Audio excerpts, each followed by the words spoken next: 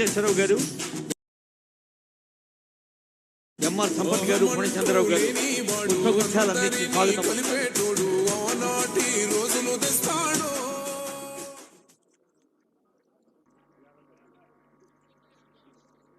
ప్రజా ప్రభుత్వంలో పాత్రికేయుల సంక్షేమం కోసం నిరంతరం ఆలోచిస్తూ ఆచరణలోకి తీసుకొచ్చిన వేదికకు మంగళధ్వానాల్ని మించేలాగా గట్టిగా చప్పట్లు కొట్టి ముందుగా మనం మన ఆనందాన్ని వ్యక్తం చేద్దాం.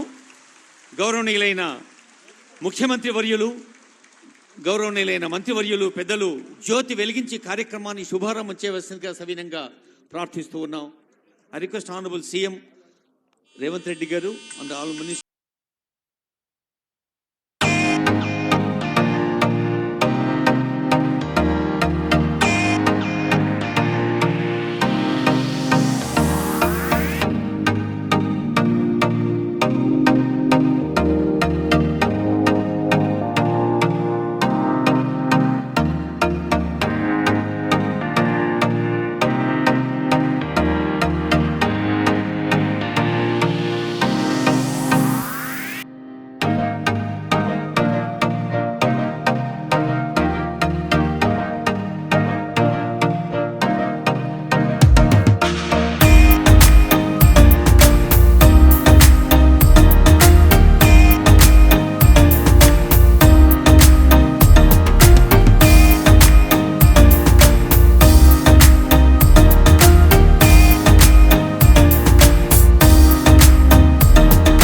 ముఖ్యమంత్రి గారు గౌరవనీయులు రేవంత్ రెడ్డి గారు మొన్న జూన్ 2వ తేదీ రాష్ట్రావతరణ దినోత్సవ సందర్భంగా ప్రజాంకితం గావించారు జయ జయ హే తెలంగాణ గీతాన్ని. ఇప్పుడు అందరూ లేచి నిలబడదాం. జయ జయ హే తెలంగాణ.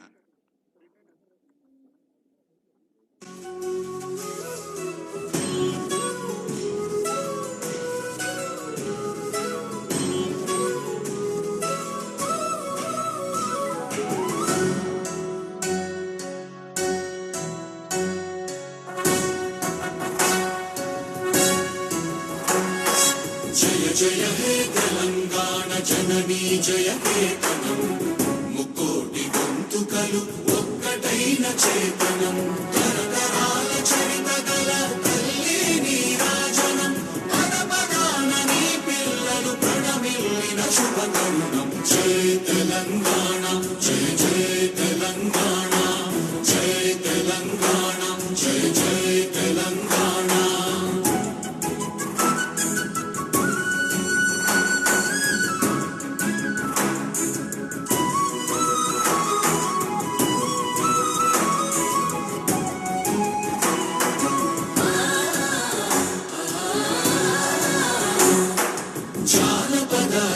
జీవన చావళీలు చాలువాన కవి గాయక వైతాళిక కళల మంజీరాలు, జాతిని జాగృత పరచే గీతాల జనజాతర అనునిత్యము నీ గానం, అమ్మ నీవే మా ప్రాణం. జయ తెలంగాణ జయ జయ తెలంగాణ, జయ తెలంగాణ జయ జయ తెలంగాణ.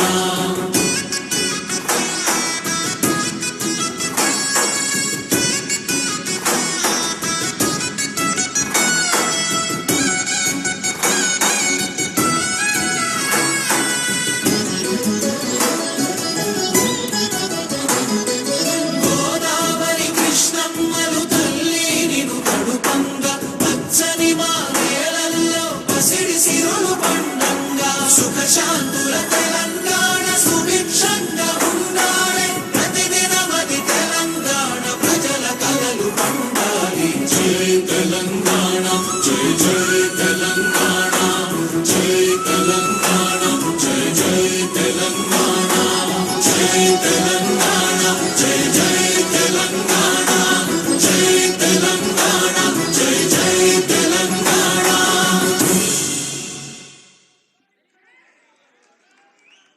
ఈ జనజీవనం జనద్వయ కేతనంగా సాగాలని కాంక్షిస్తోంది పవిత్ర వేదిక. I request Shri Hanumantharao IAS, special commissioner information public relations department for his introductory speech. వారి స్వాగత వచనాలు. సభాయ నమః. అందరికీ నమస్కారం. ఈరోజు చరిత్రలో లిఖించదగ్గటువంటి రోజు. జర్నలిస్ట్ కుటుంబాలకి, జర్నలిస్టులందరికీ కూడా కాంతి రేఖలు, వెలుగులు పంచేటటువంటి రోజు. ఈ కార్యక్రమానికి విచ్చేసినటువంటి గౌరవ ప్రియతమ ముఖ్యమంత్రి వర్యులు శ్రీ యనమల రేవంత్ రెడ్డి గారికి గట్టి చప్పట్లతోటి వెల్కమ్ చెప్పవలసిందిగా కోరుచున్నాము. ఎందుకంటే దశాబ్దాల తరబడి ఎదురు చూస్తున్నటువంటి స్వప్నం సాకారం అవుతున్నటువంటి రోజు ఇది. జర్నలిస్టులకి హౌస్ సైట్ అనేది, ఇల్లు అనేది చిరకాల వాంఛ.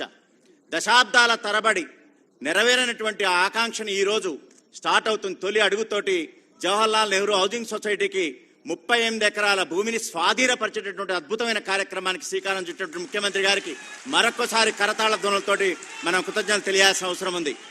అదేవిధంగా దీనికి చొరవ చూపినటువంటి ఐఎన్పిఆర్ మినిస్టర్ గారు పొంగులేటి శ్రీనివాసరెడ్డి గారు, అదేవిధంగా గౌరవ మంత్రివర్యులు పొన్నం ప్రభాకర్ గారు, మేయర్ గారు గద్వాల విజయలక్ష్మి గారు, గౌరవ రాజ్యసభ సభ్యులు అనిల్ కుమార్ యాదవ్ గారు, అదేవిధంగా దానం నాగేందర్ రెడ్డి గారు, ముఖ్యంగా మీడియా అకాడమీ చైర్మన్ శ్రీనివాసరెడ్డి గారు, మరియు డిప్యూటీ మేయర్ గారు, కార్పొరేటర్ గారు, ఇతరత్ర ముఖ్యంగా ఈరోజు ఈ యొక్క ఫలాన్ని అందుకుంటున్నటువంటి మొట్టమొదటి society Jawaharlal Nehru journalist housing society అధ్యక్షులు కిరణ్ కుమార్ గారు, ఉపాధ్యక్షులు రవికాంత్ రెడ్డి గారు, వంశీ శ్రీనివాస్ గారు, రమణారావు గారు, అశోక్ రెడ్డి గారు, మీ తరపున మీ ప్రతినిధులుగా వారు వేదికపై ఉన్నారు. అందరికీ కూడా ఒక్కసారి గట్టి కరతాళ ధ్వనులతో చప్పట్లు చేయాలి. ఈరోజు మహత్తరమైనటువంటి రోజు. ఈరోజు నిన్న వినాయక చవితి అయింది, కానీ అసలు ఈ వినాయక చవితి పండగ అనేది జర్నలిస్టుల కుటుంబాల్లో నిజమైనటువంటి పండగ ఈ రోజు అని చెప్పక తప్పదు. ఏ విధమైనటువంటి విఘ్నాలు కలగకుండా రాష్ట్ర వ్యాప్తంగా జర్నలిస్టుల యొక్క సంక్షేమానికి ఒక తొలి అడుగు పడినటువంటి రోజు. దీనిలో భాగంగా ఈరోజు 38 ఎకరాలు Jawaharlal Nehru journalist housing society Pet Basheerabad గ్రామం, కుత్బుల్లాపూర్ మండలం, మేడ్చల్ మల్కేజ్గిరి జిల్లాలో సర్వే నెంబర్ 25/2లో 38 ఎకరాల భూస్వాధీన పత్రం ఈరోజు ప్రోగ్రాం జరుగుతుంది.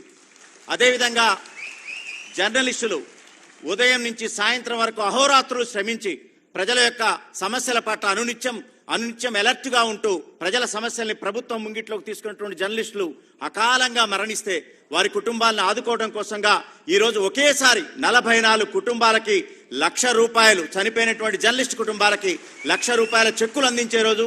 అదేవిధంగా 3 జర్నలిస్టులు వాళ్ళు అకారణంగా ప్రమాదవశాత్తు పని చేయలేనటువంటి పరిస్థితిలో ఉంటే ₹50,000 చెక్కులు 3కి అందించేటటువంటి రోజు. ఇంతకంటే మంచి సంక్షేమ కార్యక్రమం, జర్నలిస్టుల సంక్షేమ కార్యక్రమం తొలిమెట్టు అనేది ఇంతకంటే చరిత్రలో లిఖించదగ్గే రోజు ఉండకపోవచ్చు. ఈ రోజు నుంచి స్టార్ట్ అయింది సంక్షేమం వైపు, జర్నలిస్టుల సంక్షేమం వైపు ఇంకా ముందడుగు ఉంటుంది. అదేవిధంగా ఈ 44 కుటుంబాలకి కేవలం ₹1,00,000 ఇవ్వడం కాదు, ఫ్యూచర్లో ప్రతి నెల ₹3,000 పెన్షన్ ఇవ్వడం జరుగుతుంది. అది 1 సంవత్సరం కాదు, 2 సంవత్సరాలు కాదు, 5 సంవత్సరాలు ఆ కుటుంబాన్ని ఆదుకుంటారు. అంతేకాకుండా ఆ కుటుంబానికి సంబంధించిన పిల్లలు, చదువుకునే పిల్లలుంటే 2 పిల్లలకి 1వ తరగతి నుంచి 10వ తరగతి వరకు నెలకి ₹1,000 చొప్పున ట్యూషన్ ఫీజు కూడా చెల్లించడానికి ఈ రోజే ముఖ్యమంత్రి గారు శ్రీకారం చుట్టారు.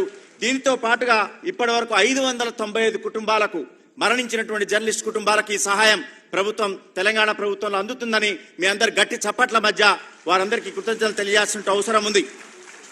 ముఖ్యమంత్రి గారు సబ్బండ వర్గాలకి సంక్షేమం, అభివృద్ధి 2 రకాలుగా ఒక బేరీజ్ చేసుకుంటూ ముందుకెళ్తున్నటువంటి ఈ తరుణంలో ఈ కార్యక్రమం జర్నలిస్టుల సంక్షేమానికి ఒక తొలిమెట్టుగా, అది ఆగనటువంటి ఒక స్రవంతిగా, ప్రవాహంగా మారబోతుందని చెప్పడానికి ఇది ఒక తొలి సంకేతంగా మనం భావిస్తూ ముగిస్తున్నాను. Thank you. కమిషనర్ ఐఎన్పిఆర్ గారికి ధన్యవాదాలతో యంగ్ ఇండియా ఒకప్పుడు జాతీయోద్యమ కాలంలో నిశ్శబ్ద విప్లవం మహాత్మా గాంధీ గారి పత్రిక. నేడు ఆనరబుల్ సీఎం గారి నేతృత్వంలో యంగ్ ఇండియా అన్న పదం తెలంగాణలోనే కాదు, భారతదేశంలోనే కాదు, సిలికాన్ వ్యాలీలో కూడా ప్రతిధ్వనిస్తోంది. ఆర్టిఫిషియల్ ఇంటెలిజెన్స్ లాంటి అనేక ప్రయోజనాత్మక అంశాలతో. మరి నెహ్రూ నేషనల్ హెరాల్డ్ అయినా, గాంధీ యంగ్ ఇండియా అయినా పత్రికల ప్రాధాన్యం నాడు నేడు అంతే గొప్పగా ఉంది. అది గమనించి ముఖ్యమంత్రి గారు పాత్రికేయుల కోసం అనేక అభివృద్ధి సంక్షేమ కార్యక్రమాలతో ముందుకు సాగుతున్నది అనడానికి వేదిక ఉదాహరణ. మరి జనజీవన నాడియా మీడియా అన్న రోజుల్లో ఇప్పుడు మీడియాకు చైర్మన్గా నేతృత్వం వహిస్తున్న వరిష్ఠ పాత్రికేయులు కె శ్రీనివాసరెడ్డి గారి సందేశం.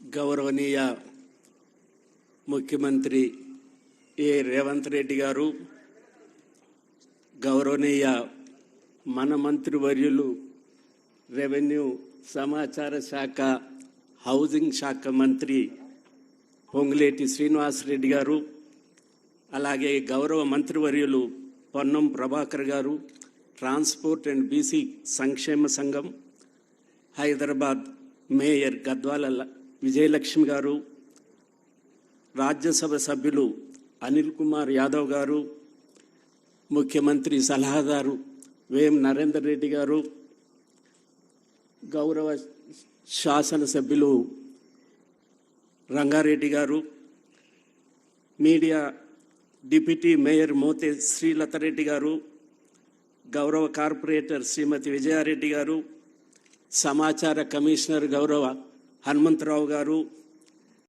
జవహర్లాల్ నెహ్రూ సొసైటీ నాయకత్వం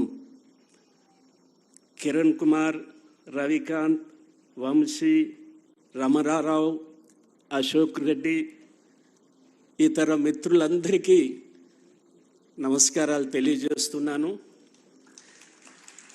ఇలాంటి సభ పండుగ రోజు ఎప్పుడు వస్తుందా అని చెప్పి దాదాపు 18 సంవత్సరాలుగా ఎదురు చూస్తున్నటువంటి జవహర్లాల్ నెహ్రూ సొసైటీ సభ్యులందరికీ మరింతగా ఆహ్వానం. అలాగే మన తోటి సహచరులు నలుగురికి ఆపద్బాంధవులుగా అకాడమీ రాష్ట్ర ప్రభుత్వం 50,000 నుంచి ₹1,00,000 అందచేయటం ద్వారా వారు ఆరోగ్యం బాగు చేసుకొని మన వరుసలోనే కూర్చొని ఉన్న మిత్రులకి, 40 మంది చనిపోయిన జర్నలిస్టు కుటుంబాలు 2-3 సంవత్సరాలుగా వెయిట్ చేస్తున్నారు.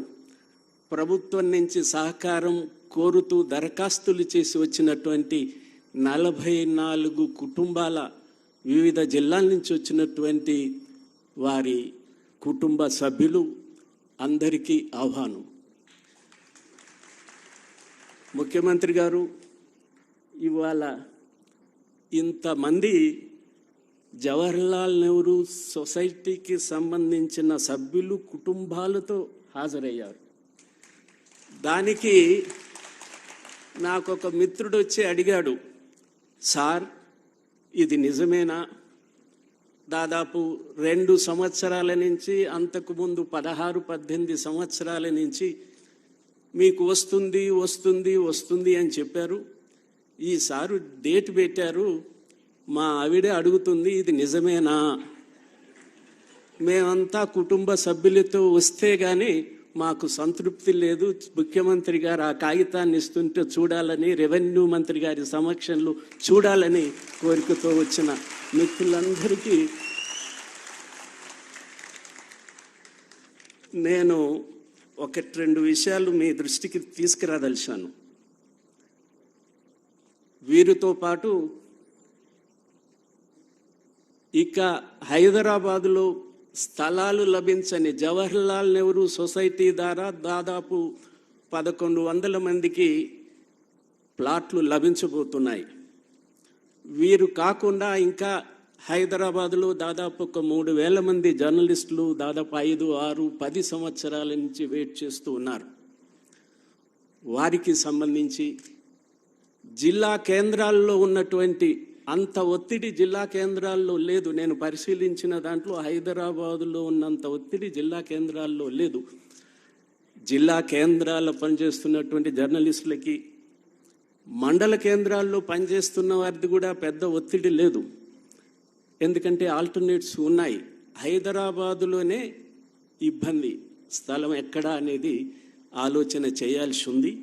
వీటి మీద ఖచ్చితంగా ముఖ్యమంత్రి గారు అభిప్రాయాన్ని, రెవెన్యూ మంత్రి గారు అభిప్రాయాన్ని వెల్లడిస్తారు. కానీ ఇంతకన్నా పెద్ద సభ, 4 సభ ఈ నెలాఖరులో జరగబోతుంది. ఆ లోపు మేము 10 సంవత్సరాల నుంచి, 8 సంవత్సరాల నుంచి, 2 సంవత్సరాల నుంచి వెయిట్ చేస్తూ ఆలస్యమైందని భావిస్తున్న జవహర్లాల్ నెహ్రూ సొసైటీ వారికి 2 మాసాలు గవర్నమెంట్కు దొరికిన సమయం. వరుసగా అసెంబ్లీ ప్రజలకు ఇచ్చిన వాగ్దానాల అమలుకు సంబంధించి ఎక్సర్సైజు, ఆ తర్వాత బడ్జెటు, ఆ తర్వాత లోకసభ ఎన్నికలు. ఇప్పుడు కొంత రేవంత్ రెడ్డి గారి ప్రజాప్రభుత్వము 2.5 మాసాల నుంచి పని చేయటం మొదలు పెడుతుందని నేను భావిస్తున్నాను. అందుకని ఆలస్యం కాలేదు. ముఖ్యమంత్రి గారు ఇచ్చిన దాని ప్రకారంగా ఎప్పుడు అడుగుతూనే ఉన్నారు. మీరంతా అడిగినప్పుడల్లా చెప్తూనే ఉన్నారు. వారిద్దరూ రెవెన్యూ మంత్రి గారి వైపు చూపించటము, నా వైపు చూపించటం జరిగింది. నేను మనసారా ముఖ్యమంత్రి గారికి, రెవెన్యూ మంత్రి గారికి మనసారా కృతజ్ఞతలు తెలియజేస్తున్నాను. అలాగే హెల్త్ కార్డుల గురించి చెప్పారు లెక్కలు. నేను ముఖ్యమంత్రి గారిని కోరేది, కార్పొరేట్ ఆసుపత్రులు అంగీకరించటం లేదు. ప్రభుత్వ ఆసుపత్రుల్లో, నిమ్స్లో కొంతమేరకు జరుగుతున్నాయి. నేను ముఖ్యమంత్రి గారి దృష్టికి వచ్చినప్పుడు, మనం వైఎస్ రాజశేఖర రెడ్డి గారి పీరియడ్లో 1,00,000 రూపాయలకు ఇన్సూరెన్స్ చేశాము కుటుంబాన్ని.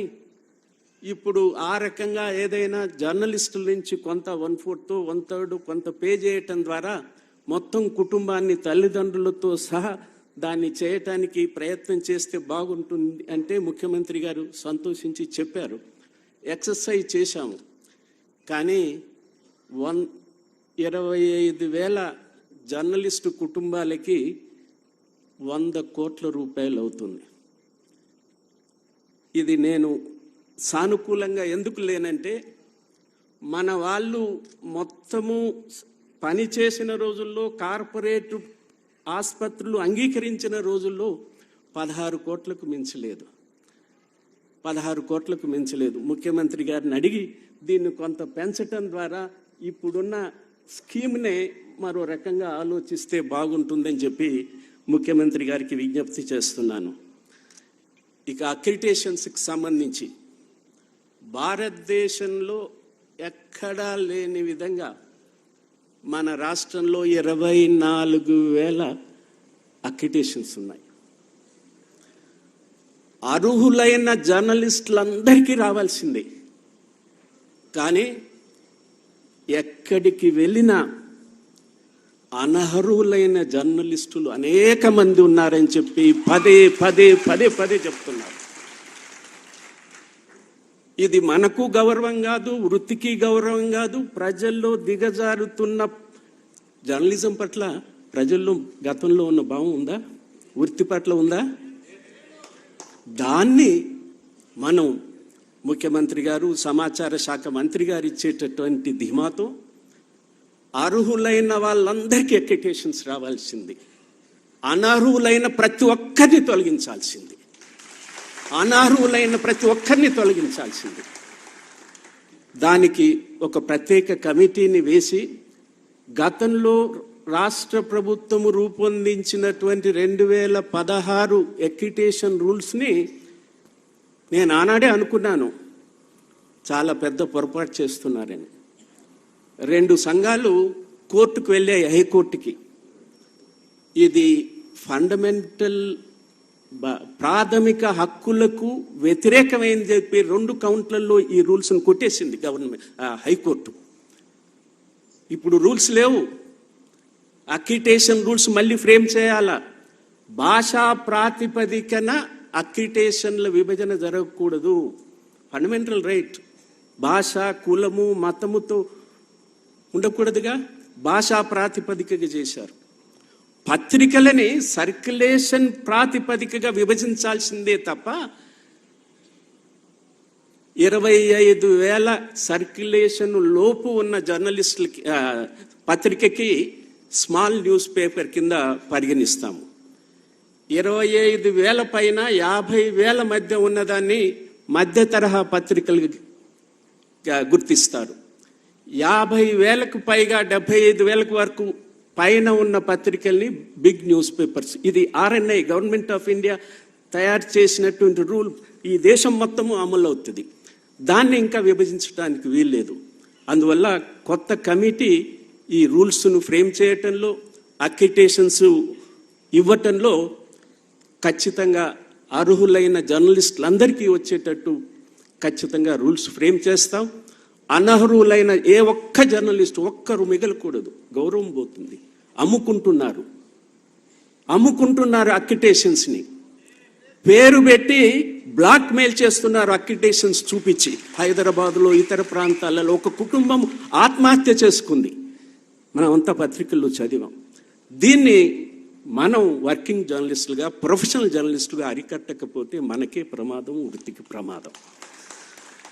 ఆఖరి మాటగా అకాడమీ వృత్తి నైపుణ్యాన్ని పెంపొందించాలా, క్లాసులు 2-3 రోజుల క్లాసులు పెట్టాలా, సెమినార్స్ పెట్టాలా, వర్క్షాప్ పెట్టాలా. మన మిత్రులు ఎవరు ఇది అడగటంలే, హౌస్ సైటు అక్రిడిటేషను. అందుకని వెంటనే ఈ కార్యక్రమం మొదలు పెడదాం. నైతిక ప్రమాణాలు పెంపొందించడానికి మన వంతు కర్తవ్యం చేద్దామని ముఖ్యమంత్రి గారు, రెవెన్యూ మంత్రి గారు మన మొదటి కోరిక, చాలా కాలం నుంచి వెయిట్ చేస్తున్నటువంటి, పోటీ పడొద్దు, జవహర్లాల్ నెహ్రూ సొసైటీలకు వచ్చింది మాకు రాలేదు అనే బాధ వద్దు. 18 సంవత్సరాలు 2 దశాబ్దాలు డబ్బులు కట్టి, గవర్నమెంట్కు డబ్బులు పెట్టి, కోట్ల రూపాయలు కట్టి ఎదురు చూస్తూ 5-6 చచ్చిపోయారు, కుటుంబాలు చచ్చిపోయాయి. అందుకని పోటీ పడబాకండి. మనం ఈ గవర్నమెంట్ వచ్చి 72 మంది చనిపోయారు.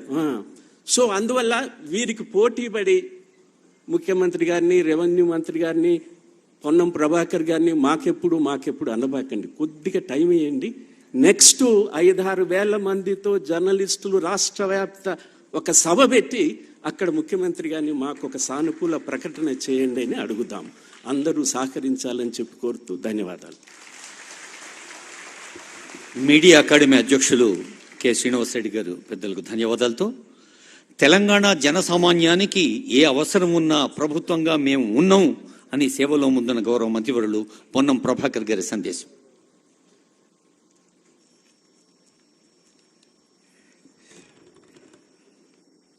చాలా కాలంగా వేచి చూస్తున్నటువంటి జర్నలిస్టులకు సంబంధించిన ఇళ్ల పట్టాల కార్యక్రమానికి ఈరోజు ముగింపు పలికి వారందరికీ కూడా ఒక శుభం సందర్భంలో వారికి పట్టాలు ఇచ్చే కార్యక్రమానికి సంబంధించిన గౌరవ నాయకత్వం వహిస్తున్న ముఖ్యమంత్రి శ్రీ రేవంత్ రెడ్డి గారికి, అదేవిధంగా రెవెన్యూ శాఖ మంత్రి, గృహ నిర్మాణ శాఖ మంత్రి, సమాచార పౌర శాఖ 3 శాఖలకు సంబంధించి మీ కన్సర్న్డ్ అన్ని కూడా ఆర్గనైజ్ చేసేటువంటి మినిస్టర్గా శ్రీ పొంగులేటి శ్రీనివాసరెడ్డి గారు, అదేవిధంగా అకాడమీ చైర్మన్ శ్రీనివాసరెడ్డి గారు, అనిల్ కుమార్ యాదవ్ గారు, వేం నరేందర్ రెడ్డి గారు, చామల కిరణ్ రెడ్డి గారు, మల్లెడ్డి రంగారెడ్డి గారు, మేయర్ గారు, డిప్యూటీ మేయర్ గారు, ఇన్ఫర్మేషన్ కమిషనర్ గారు, ఇక్కడికి విచ్చేసిన సీనియర్ జర్నలిస్టులు అందరూ, ఎన్ఎస్సీ అప్పటి నుంచి చూస్తుంటే ఇప్పటి వరకు అంతా పెద్ద పెద్ద మనుషులుగా ఉన్నటువంటి జర్నలిస్టులు అందరికీ పేరు పేరున నమస్కారాలు.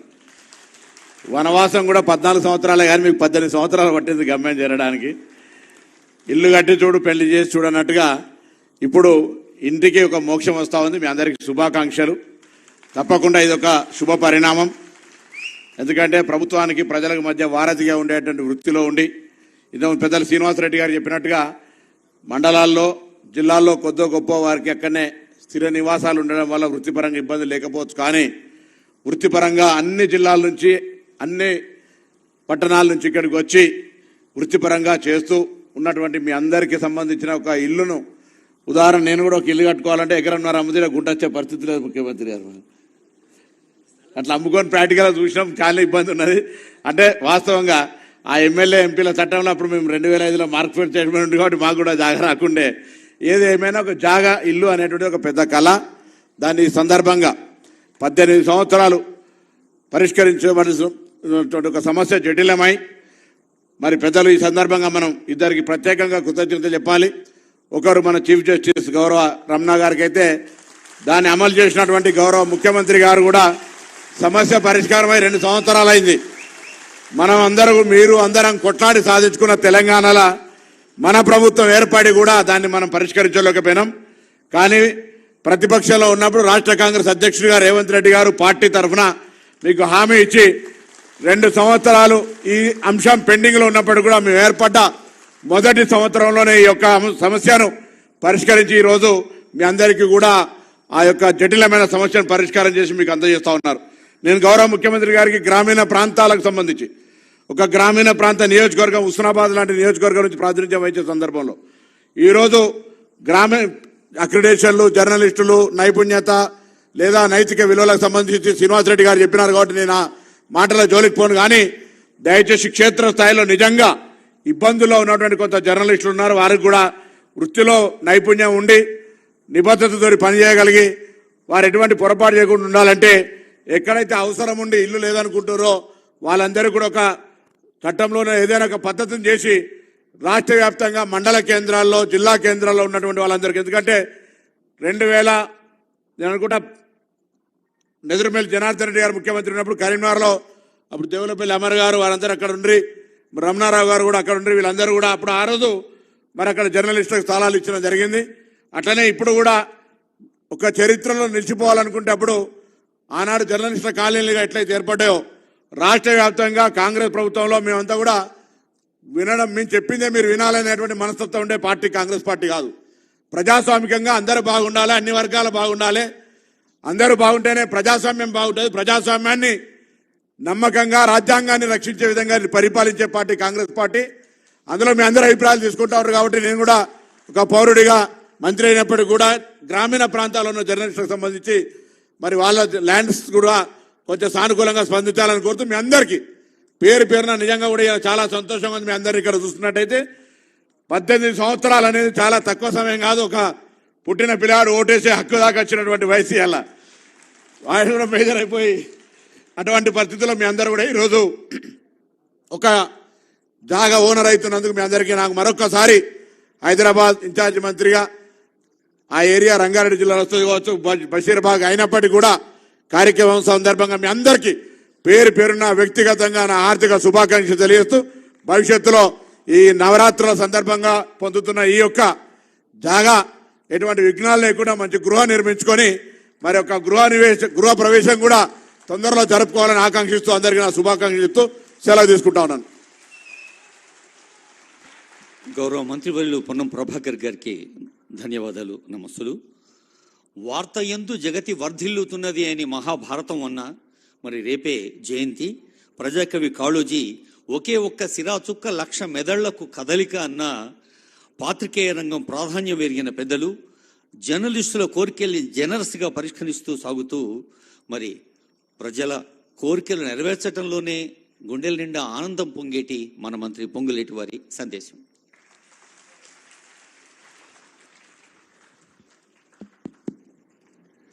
సభకు నమస్కారం.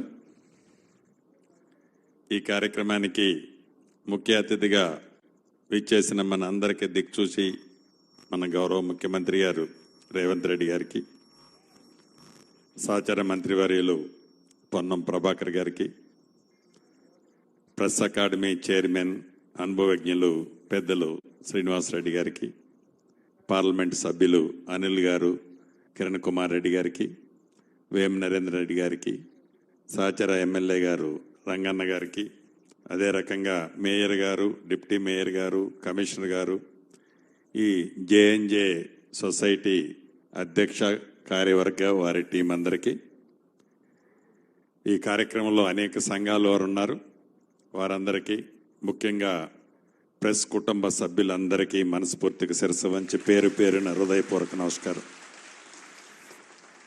మార్పు కావాలని, అది ఇందిరమ్మ రాజ్యంతోనే సాధ్యమని తెలంగాణ రాష్ట్ర యావత్తు ప్రజలతో పాటు మీడియా మిత్రులందరి సహకారంతో ఇందిరమ్మ రాజ్యం ఏర్పడి 8 నెలలు, నియర్లీ 9 నెలలు కావస్తుంది. గౌరవ ముఖ్యమంత్రి గారు ఎన్నికల ముందు ఏదైతే ఇందిరమ్మ రాజ్యం వస్తే తప్పకుండా మాటలతో కాకుండా చేతలతో మీడియా మిత్రులకి వాగ్దానాలు ఏవైతే చేస్తున్నామో చేసి చూపిస్తే మంత్రి గారితో కూర్చొని క్షుణ్ణంగా దీని మీద చర్చించడం జరిగింది. ఒకసారో 2 సార్లో కాదు, పోయినప్పుడల్లా నన్ను సున్నితంగా మందలిచ్చేవాళ్ళు కూడా, ఇంకెప్పుడు ఇస్తావు సీనన్నా, లేట్ చేస్తున్నట్టున్నావు, నువ్వు స్పీడప్ చేయి వీలైనంత తొందరగా ఇవ్వాలి అని అనేక సార్లు మేమిద్దరం కూర్చున్నప్పుడు కూడా నన్ను సున్నితంగా మందలిచ్చిన సందర్భాలు ఉన్నాయి. కానీ దానికి టైం రావాలి. ఆ టైం ఈనాడు వచ్చింది. మనస్ఫూర్తిగా మీ అందరి పక్షాన కూడా గౌరవ ముఖ్యమంత్రి గారికి అభినందనలు, కృతజ్ఞతలు కూడా తెలియజేస్తున్నాను. ఈనాడు మీ అందరినీ వెనక చెప్పేది లక్షాధికారులను చేస్తున్నామని. లక్షాధికారులని కాదు, ఈనాడు దీంట్లో సుమారు 1105 మంది సభ్యులు, పెద్ద కోటేశ్వరులు మీరంతా. నాటు లక్షాధికారులు కాదు, మీరంతా ఈనాడు కోటేశ్వరులు. కోటేశ్వరులని చెప్పడానికి మీ మంత్రిగా నాకు చాలా ఆనందంగా ఉంది, చాలా చాలా సంతోషంగా కూడా ఉంది. గత ప్రభుత్వంలో ఇది కంపారిజన్ కాదు. గత ప్రభుత్వంలో ముఖ్యమంత్రి గారిని కలవాలి అంటే నెలలు, సంవత్సరాల తరబడి మీరందరూ ఎదురు చూసిన సందర్భాలు మర్చిపోలేదు. మీకు గుర్తుంది, నాకు గుర్తుంది. అంతేకాదు, ఏనాడు మీడియా మిత్రులు ఆ ప్రెస్ మీట్ పెట్టినప్పుడు వారికి అనుకూలమైన క్వశ్చన్లు వస్తే తప్ప ఏ మీడియా మిత్రులైనా ఆనాటి ముఖ్యమంత్రి గారిని ఇదేంటి సార్ అని అంటే కూర్చో ఇంకా నేను చెప్పే లాంగ్వేజ్ తక్కువ, ఏదో ఉండే నీ పేపరు ఏంటది ఇట్లా స్టైల్గా అలా ఉండేది. కానీ ఈ ప్రభుత్వం వచ్చిన తర్వాత, పేదోడు ప్రభుత్వం, ఇందిరమ్మ ప్రభుత్వం, గౌరవ ముఖ్యమంత్రి రేవంత్ రెడ్డి గారి నాయకత్వంలోని మనందర ప్రభుత్వం వచ్చిన తర్వాత స్వేచ్ఛగా ఈనాడు గౌరవ ముఖ్యమంత్రి గారి మీద కానీ, మీ మంత్రిగా నా మీద కానీ, ఇంకా మా సహచర మంత్రులు, ఎమ్మెల్యేల మీద కొంతమంది వ్యతిరేకమైన వార్తలు రాసినా, అవి నిజాలు కాకపోయినా అధికారాన్ని ఉపయోగించి ఆ తమ్ముళ్ళని, ఆ కుటుంబ సభ్యులని ఈ ప్రభుత్వం కానీ, వ్యక్తిగతంగా నేను కానీ, ముఖ్యమంత్రి కానీ, మా కేబినెట్ మంత్రులు కానీ, మా శాసనసభ్యులు కానీ ఎక్కడా ఇబ్బంది పెట్టిన సందర్భాలు ఉండవు. స్వేచ్ఛ అంటే అది ఇందిరమ్మ రాజ్యంలోనే సాధ్యం. దానికి మొచ్చు మునకే ఈ ప్రభుత్వం ఫ్రీగా మీకు తోచినది రాయమని స్వేచ్ఛగా ఈ ప్రభుత్వంలో ఈనాడు ఫ్రీగా ఓపెన్గా మీ మనసులోది మీకు తోచింది ప్రజలు ఏం కోరుకుంటున్నారో నిజమేదో. కొన్ని ఎల్లో పేపర్లో ఎల్లో మిత్రులు ఉన్నారు, పింక్ కలర్ మిత్రులు, వాళ్ళు ఏ రకంగా చిత్రీకరిస్తున్నారో చూస్తున్నాం. ఒక అద్భుతమైన కార్యక్రమం హైడ్రా, ఆ హైడ్రాను కూడా ఏ రకంగా చిత్రీకరిస్తున్నారో చూస్తున్నాం.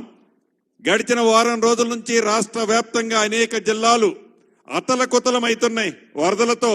దాంట్లో కూడా రాజకీయ లబ్ధి కోసం ఆ పార్టీ నాయకులు, ఆనాటి ప్రతిపక్ష పెద్దలు మాట్లాడుతుంటే దాన్ని చిత్రీకరించి బొమ్మలు చిత్రాలు ఎలా చూపిస్తున్నారో చూస్తున్నాం. అయినా ఈ ప్రభుత్వం గాని, ఈ రథసారథి రేవంత్ రెడ్డి గారు గాని ఎప్పుడు ఏ ఒక్క మీడియా మిత్రుల మీద చిన్న కేసు పెట్టింది కూడా లేదు, భవిష్యత్తులో కూడా ఉండదు. అంతెందుకు, ఇప్పుడు ఈ 1105 మందిలో నాకు తెలిసి వాళ్ళని అభిమానించే వాళ్ళు కూడా కొంతమంది ఉన్నారు. వాళ్ళకి ఇస్తే కుదరదు అని మేము అనలా, ఏమన్నాం. గౌరవ ముఖ్యమంత్రి గారే చెప్పారు, అట్లేమీ లేదు, వాళ్ళు మన తమ్ముళ్లే, నిజం తెలుసుకుంటారు. నిజంగా వాళ్ళు మన ద్వారా కోటేశ్వరులు ఈ ప్రభుత్వం ద్వారా అవుతున్నప్పుడు తప్పకుండా వాళ్ళలో కూడా పరివర్తన వస్తుంది అని గౌరవ ముఖ్యమంత్రి గారి ఆలోచన.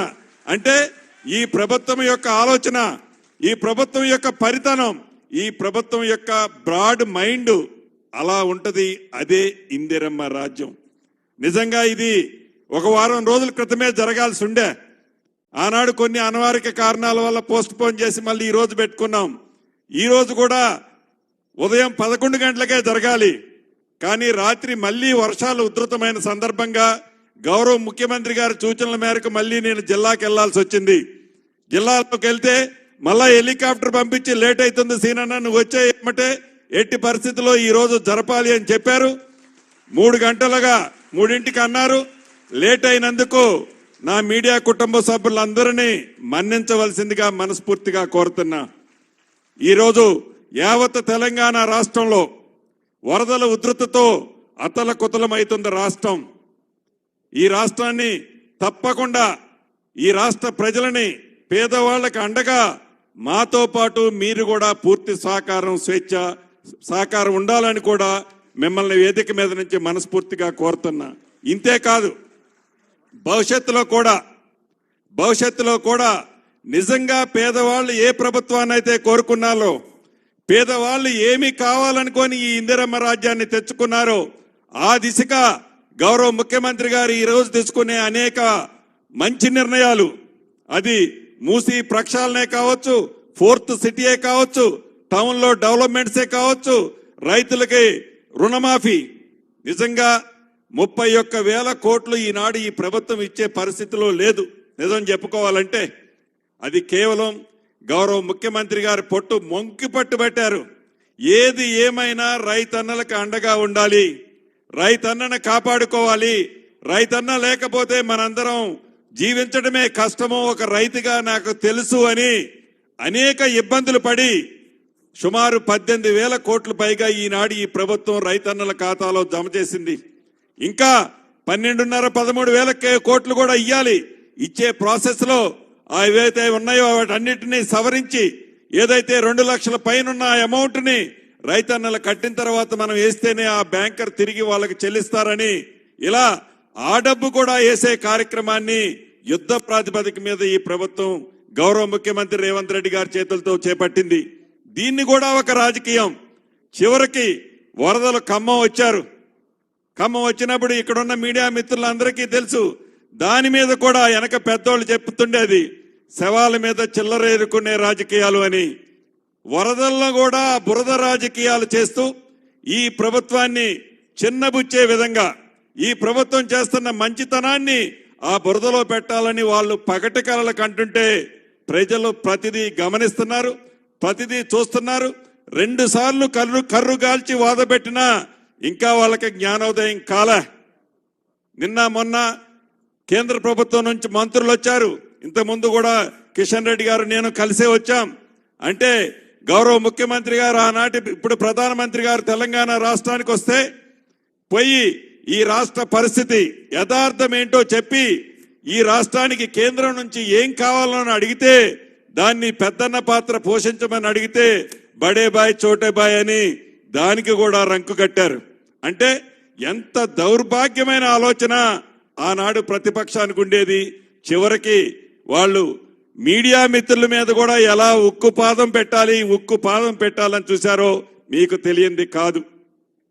చివరగా నేను చెప్పదలుచుకుంది, గౌరవ ముఖ్యమంత్రి గారు ఇప్పుడు సుమారు 38 ఎకరాలు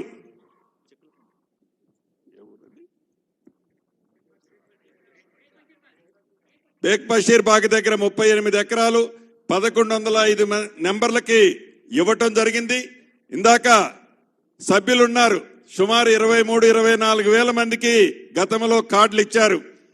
అనేక సార్లు నేను శ్రీనివాసరెడ్డి గారు అనుకున్నాం, కానీ ఇంత పెద్ద ఎత్తున దాంట్లో జెన్యూన్గా ఉన్న వాళ్ళకి, ఎవరైతే జెన్యూన్ జర్నలిస్టులు ఉన్నారో వాళ్ళకి ఇవ్వటానికి ఈ ప్రభుత్వానికి, గౌరవ ముఖ్యమంత్రి గారికి కానీ ఈ ప్రభుత్వానికి కానీ ఎటువంటి ఇబ్బంది లేదు.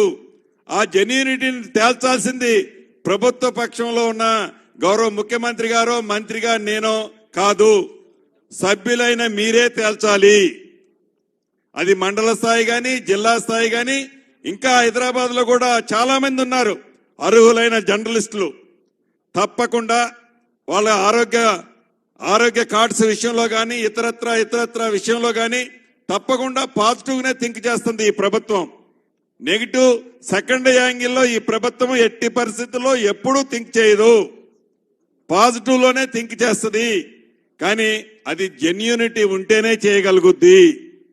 దాన్ని గమనించి మీలో మీరే ఎవరు జెన్యూన్ అనేది లిస్ట్ ఫైనల్ చేస్తే మరొక్కసారి కూడా తప్పకుండా, ఇదేమి ఫైనల్ కాదు, ఇది స్టార్టింగ్ మాత్రమే. ఆనాడు కాంగ్రెస్ ముఖ్యమంత్రిగా దివంగత నేత వైఎస్ రాజశేఖర రెడ్డి గారి టైంలో ఇచ్చాం. మళ్ళీ కాంగ్రెస్ ప్రభుత్వం వచ్చిన తర్వాత ఈనాడు గౌరవ ముఖ్యమంత్రి రేవంత్ రెడ్డి గారి నాయకత్వంలో ఇస్తున్నాం. భవిష్యత్తులో రాబోయే ఈ 4 సంవత్సరాల 3 నెలల్లో కూడా ఇంకా చాలా మందికి ఇవ్వాల్సిన వాళ్ళు ఉన్నారు, వేలాది మంది ఉంటారు. డెఫినెట్ గా ఇస్తాం, ఇచ్చే దాంట్లో వెనక్కిపోయేది లేదు. కానీ ఆ జెన్యూనిటీ అనేది ముఖ్యం. దాన్ని తప్పకుండా మీరే ఫైనల్ చేసి, ఇందాక అధ్యక్షులు మీ చైర్మన్ గారు చెప్పినట్లు మీరే ఒక కమిటీని కాన్స్టిట్యూట్ చేద్దాం. దాంట్లో జెన్యూనిటీ నామ్స్ మీరు ఫైనల్ చేసి ఆ పద్ధతిలో చేసిన తర్వాత అర్హులైన వాళ్ళకి అన్ని రకాలుగా గౌరవ ముఖ్యమంత్రి రేవంత్ రెడ్డి గారి నాయకత్వంలోని ఈ ఇందిరమ్మ ప్రభుత్వం మీకు అండదండలుగా ఉంటుందని మరొక్కసారి మనస్ఫూర్తిగా గౌరవ ముఖ్యమంత్రి గారికి అభినందనలు, కృతజ్ఞతలు తెలుపుతూ ఆల్ ది బెస్ట్ మీ అందరికీ చెప్తూ సెలవు తీసుకుంటున్నాను. Thank you very much. గౌరవ మంత్రివర్యుల సందేశానికి ధన్యవాదాలు. దురదృష్టవశాత్తు ఫ్యామిలీ బ్రెడ్ విన్నర్ కుటుంబ పెద్ద దూరమైతే ప్రభుత్వ పెద్దగా నేనున్నాను అంటూ ముఖ్యమంత్రి గారు అందిస్తున్న ఆర్థిక సాయం, స్వర్గీయులైన పాత్రికేయ కుటుంబాలకు ₹1,00,000 ఆర్థిక సహాయం. ఇప్పుడు నూనె సత్యవతి గారు, మహబూబాబాద్. నూనె సత్యవతి గారు, తర్వాత బ్యాగరి లక్ష్మి గారు నారాయణపేట, సత్యవతి గారు వారి కుటుంబ పెద్ద సూర్య పత్రిక సేవలు అందించారు, బ్యాగరి లక్ష్మి గారు వార్త. ఆ తర్వాత ములుగు జిల్లా ఆళ్ల వరలక్ష్మి సాక్షి, ములుగు ఆళ్ల వరలక్ష్మి. తర్వాత మండలి లక్ష్మి మన తెలంగాణ కామారెడ్డి,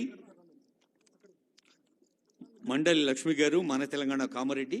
తర్వాత సానా సుమలత గారు BCN న్యూస్ హైదరాబాద్, అమ్మ సుమలతమ్మ.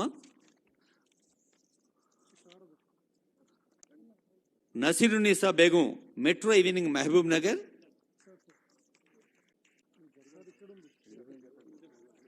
నసీరునిసా బేగం గారు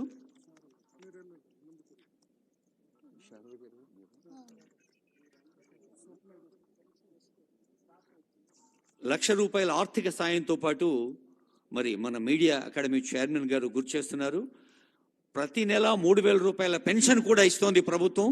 అలాగే 2 పిల్లలకు ₹1,000 చొప్పున ట్యూషన్ ఫీజు కూడా అందజేస్తోంది. నసీరునిసా బేగం గారు అందుకుంటున్నారు ఆర్థిక సాయాన్ని. తర్వాత CH శారద గారు సూర్య పత్రిక భద్రాద్రి కొత్తగూడెం.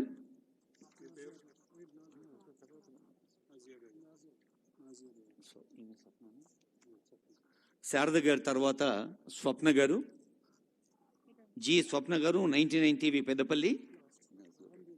తర్వాత నజియా బేగం గారు సియాసత్ నాగర్ కర్నూల్.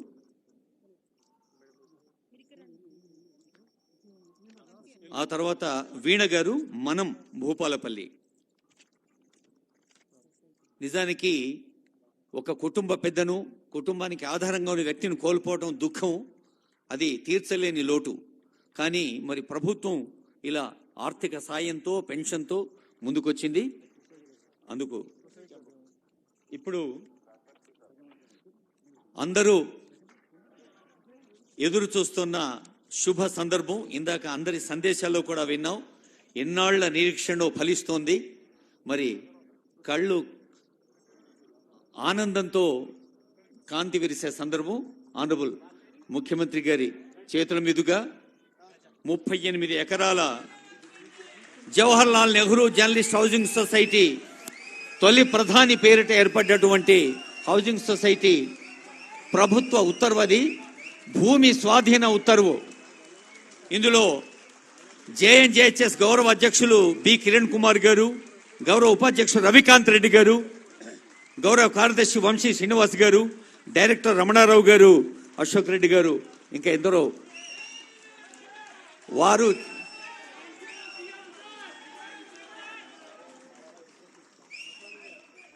ఇది 38 ఎకరాల భూమి స్వాధీనాన్ని చేసే సర్కులర్ గౌరవనీయులైన ముఖ్యమంత్రి గారు, సమాచార శాఖ మంత్రులు పొంగుల శ్రీనివాస్ రెడ్డి గారు, రవాణా శాఖ మంత్రులు జిల్లా ఇన్ఛార్జ్ మంత్రులు పొన్నం ప్రభాకర్ గారు, ఆనరబుల్ ఎంపీస్ అనిల్ కుమార్ యాదవ్ గారు, చామల కిరణ్ కుమార్ రెడ్డి గారు, ఆనరబుల్ అడ్వైజర్ వేం నరేందర్ రెడ్డి గారు, ఆనరబుల్ ఎమ్మెల్యే మల్రెడ్డి రంగారెడ్డి గారు, ఆనరబుల్ మేయర్ గారు, డిప్యూటీ మేయర్ గారు, ప్రజాప్రతినిధులు అందరి సమక్షంలో ఇది మన పాత్రికేయ మిత్రుల సంస్థ. కిరణ్ కుమార్ గారు, రవికాంత్ రెడ్డి గారు, వంశీ శ్రీనివాస్ గారు, రమణారావు గారు, అశోక్ రెడ్డి గారు, మీ అందరి పక్షాన అందజేస్తున్న ఆత్మీయ సత్కారం.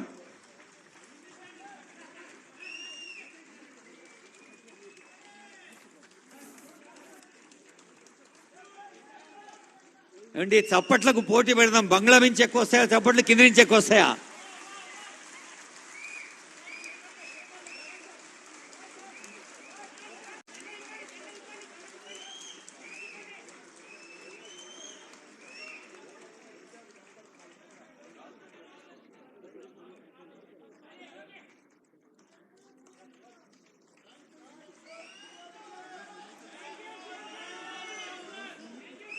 అందరూ లేచి నిలబడి మరి వారి ఆనందాన్ని వ్యక్తం చేస్తున్నారు పైన కింద. Please give a big hand. ఒక మారు అది కోరికలు నెరవేరిన సందర్భంలో వస్తున్న గుండె చప్పుడు, ఆ చప్పట్ల ధ్వానాల మధ్య చీఫ్ ఎగ్జిక్యూటివ్ గా సేవలు అందిస్తున్న జేఎన్జేహెచ్ఎస్ పెద్దలు వంశీ శ్రీనివాస్ గారి స్పందన.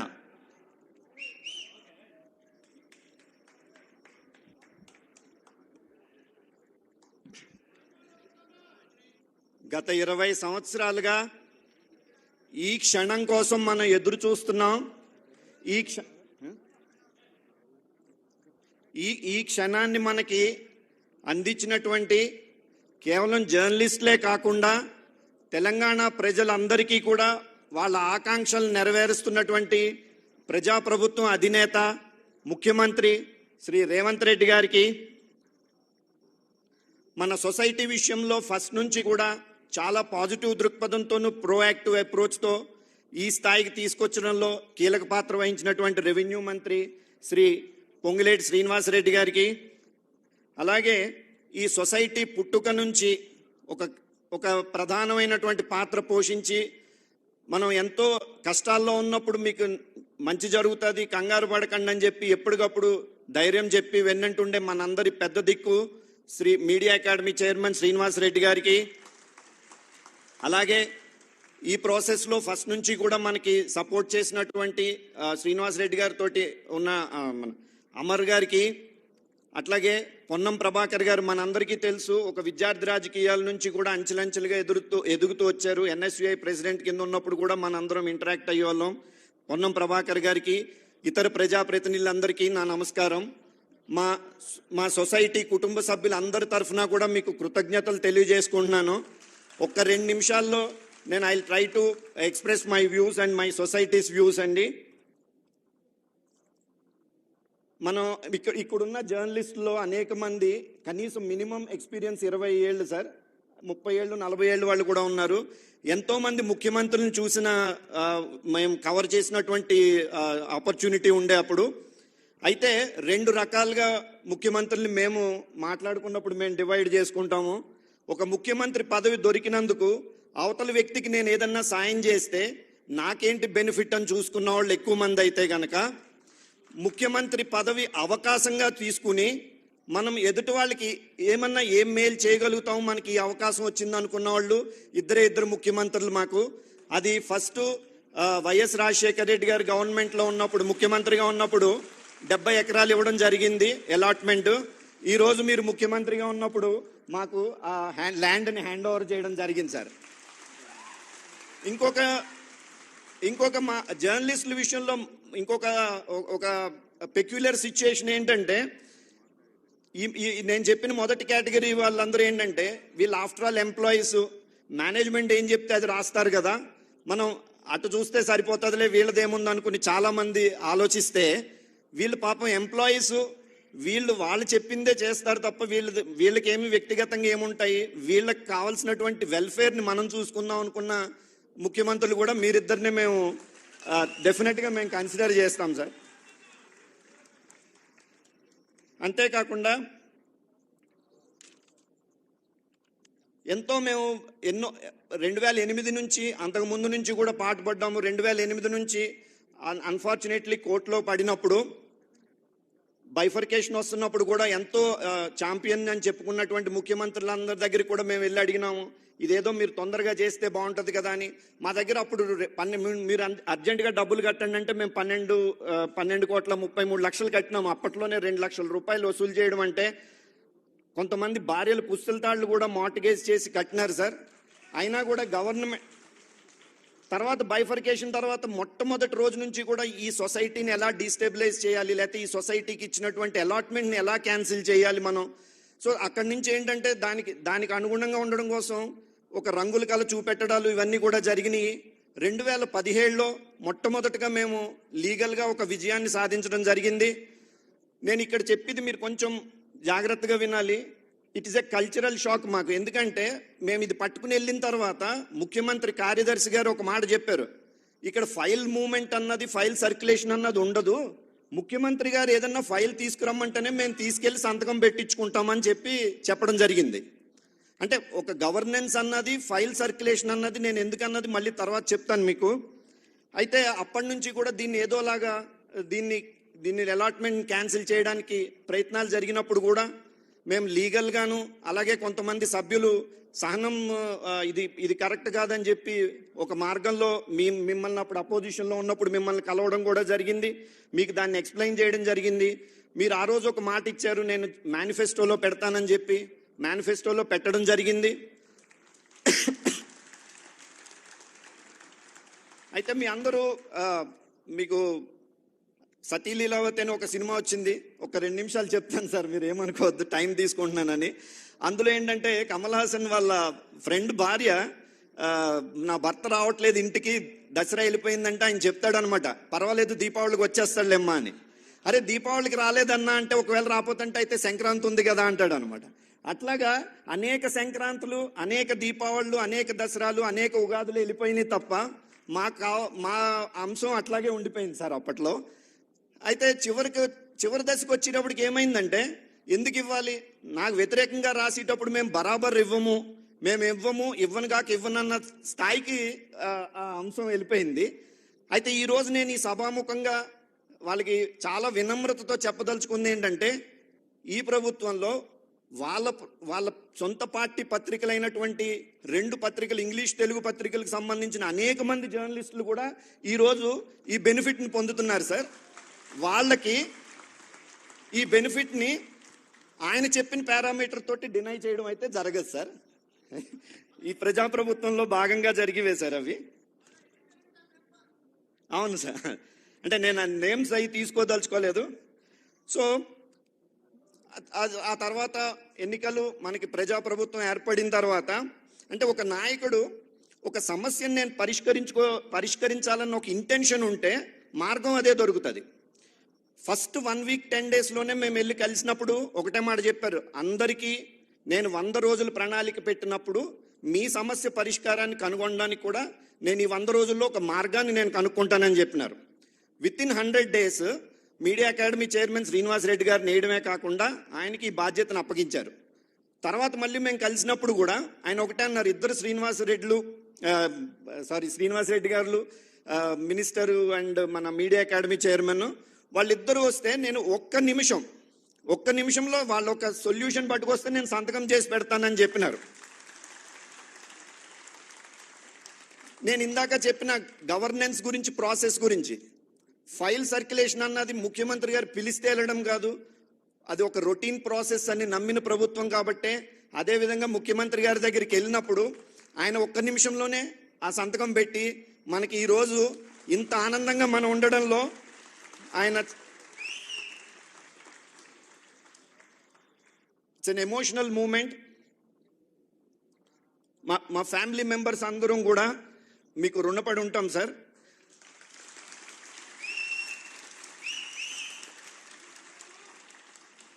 అయితే ఆఖరిగా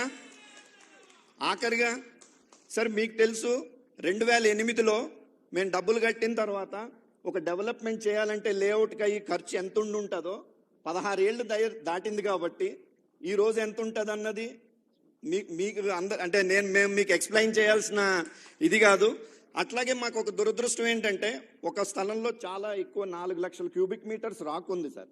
అప్పుడు కూడా ఏంటంటే ఒక బ్యూరోక్రాటిక్ దానికి మేము కొంత బలవడం జరిగింది. వీళ్ళకి ఇక్కడ ఇస్తే గనక మనతో పాటు ఇస్తే వీళ్ళు ఒక అంతస్తు కడితే మళ్ళీ మన మీద పేపర్లో రాస్తారు, ఫోటోలు తీసుకెళ్ళి అప్పుడున్న చీఫ్ సెక్రటరీ గారు మమ్మల్ని ఎక్కడో వేరే చోట ఇవ్వడం జరిగింది. సో మేము కొంత అక్కడ డిసడ్వాంటేజ్ ఉంది సార్.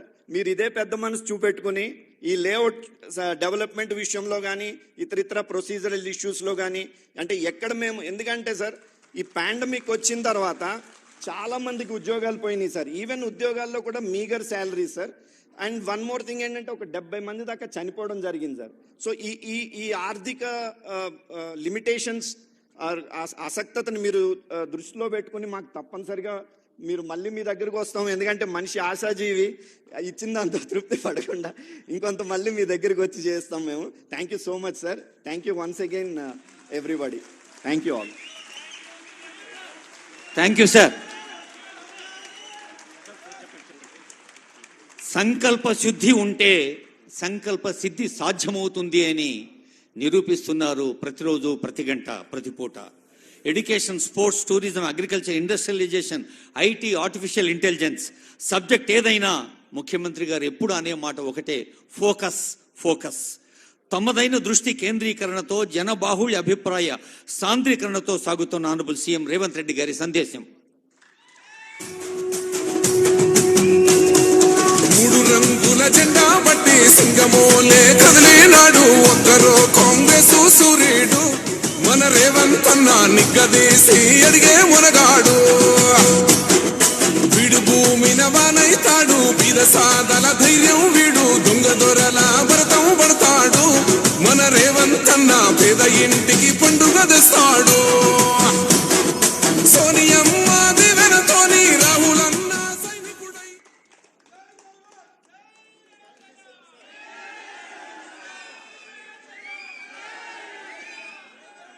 మిత్రులారా,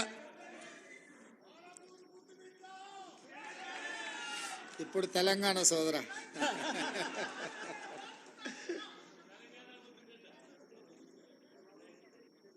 జవహర్లాల్ నెహ్రూ జర్నలిస్ట్ సొసైటీ ఆధ్వర్యంలో ఆనాడు డాక్టర్ వైఎస్ రాజశేఖర రెడ్డి గారు ఈ సమాజానికి పట్టిన రుగ్మతలను, అనుభవిస్తున్న సమస్యలను పరిష్కరించే డాక్టర్లుగా జర్నలిస్టులను గుర్తించి సమాజానికి చికిత్స చేసే డాక్టర్లు అనారోగ్యానికి, నిర్లక్ష్యానికి గురైతే అది సమాజానికి నష్టము అన్న ఆలోచనతో ఆనాడు జర్నలిస్ట్ మిత్రులందరికీ కూడా ఇంటి స్థలాలు కేటాయించాలని డాక్టర్ వైఎస్ రాజశేఖర రెడ్డి గారు, శ్రీమతి సోనియా గాంధీ గారి నేతృత్వంలో నిర్ణయం తీసుకోవడం జరిగింది. సరే, ఆనాటి నుంచి ఈనాటి వరకు జరిగిన పరిణామాలు నేను పెద్దగా వివరించదలసిన అవసరం లేదు, మీకు అందరికీ తెలుసు. కానీ ఈరోజు ఒక పండగ వాతావరణంలో 1100 మంది జర్నలిస్టు కుటుంబ సభ్యుల సమక్షంలో నిలబడి ఈ సమస్యకు శాశ్వత పరిష్కారం చూపించిన సహచార మంత్రివర్గ సభ్యులు పొంగులేటి శ్రీనివాసరెడ్డి గారు, అదేవిధంగా కార్యక్రమంలో పాల్గొన్న సహచార మంత్రివర్గ సభ్యులు పొన్నం ప్రభాకర్ గారు, మేమందరం గౌరవించి ప్రభుత్వం ఏర్పడ్డ తర్వాత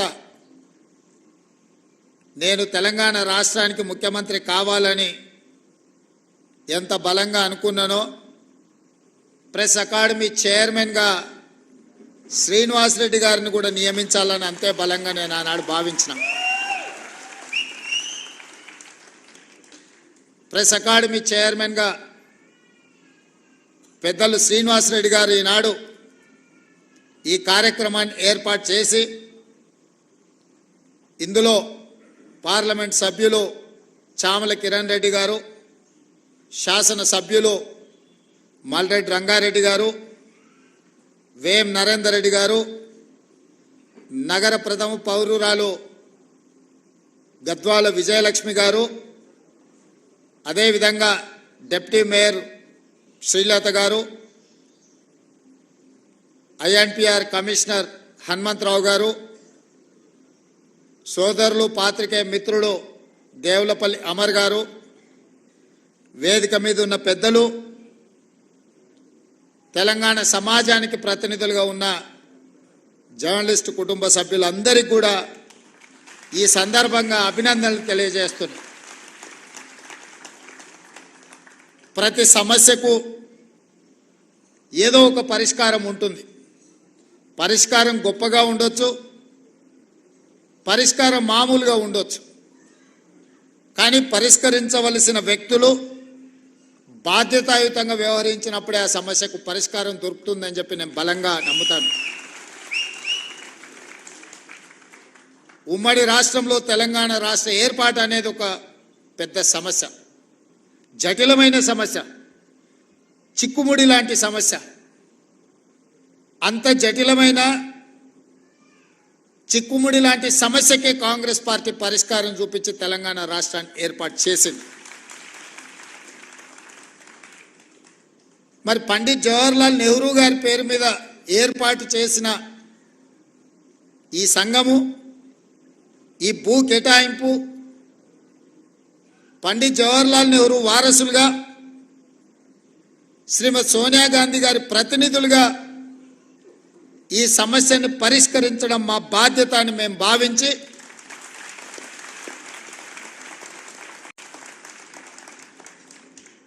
మా మిత్రుడు శ్రీనివాస్ రెడ్డి గారు 2 శాఖలు వారు కోరుకోలేదు.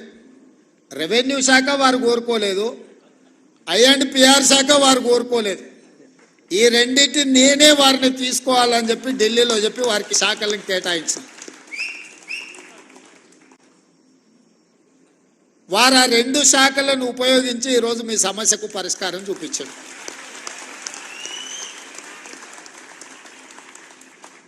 నా దగ్గరికి వంశీ, రవికాంత్ ఇతర మిత్రులు వచ్చి 2-3 సార్లు నన్ను అడిగితే నేను చెప్పిన, పైనుంచి ఆదేశాలు ఉండవు.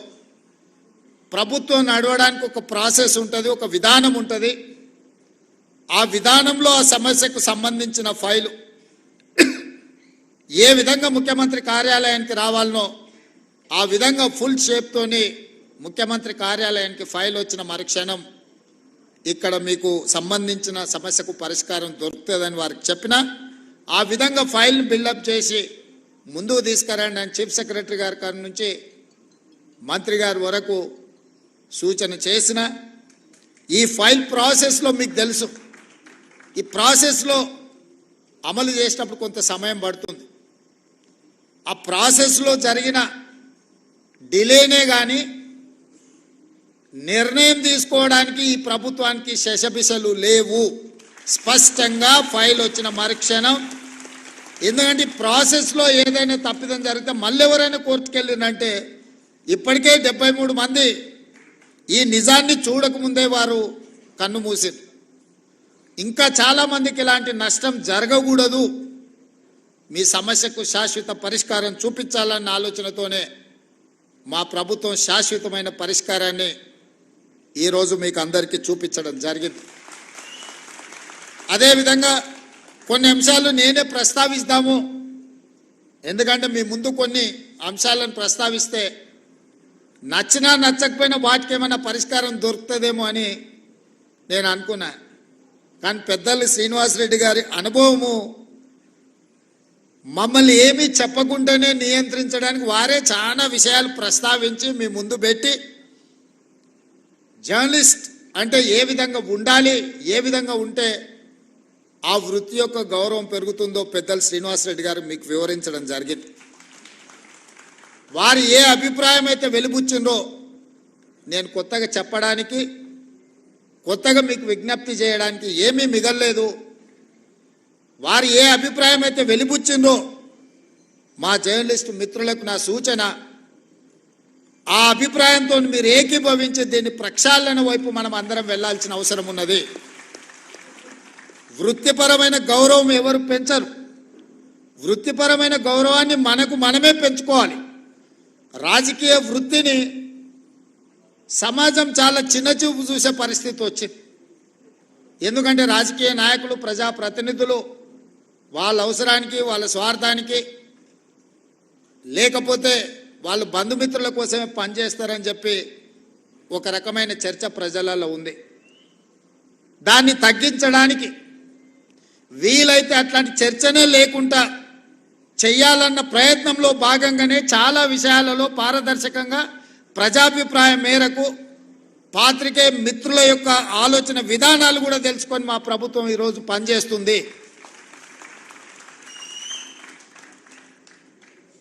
వ్యవస్థల మీద నమ్మకం పెంచాలి అన్నదే మా యొక్క ఆలోచన.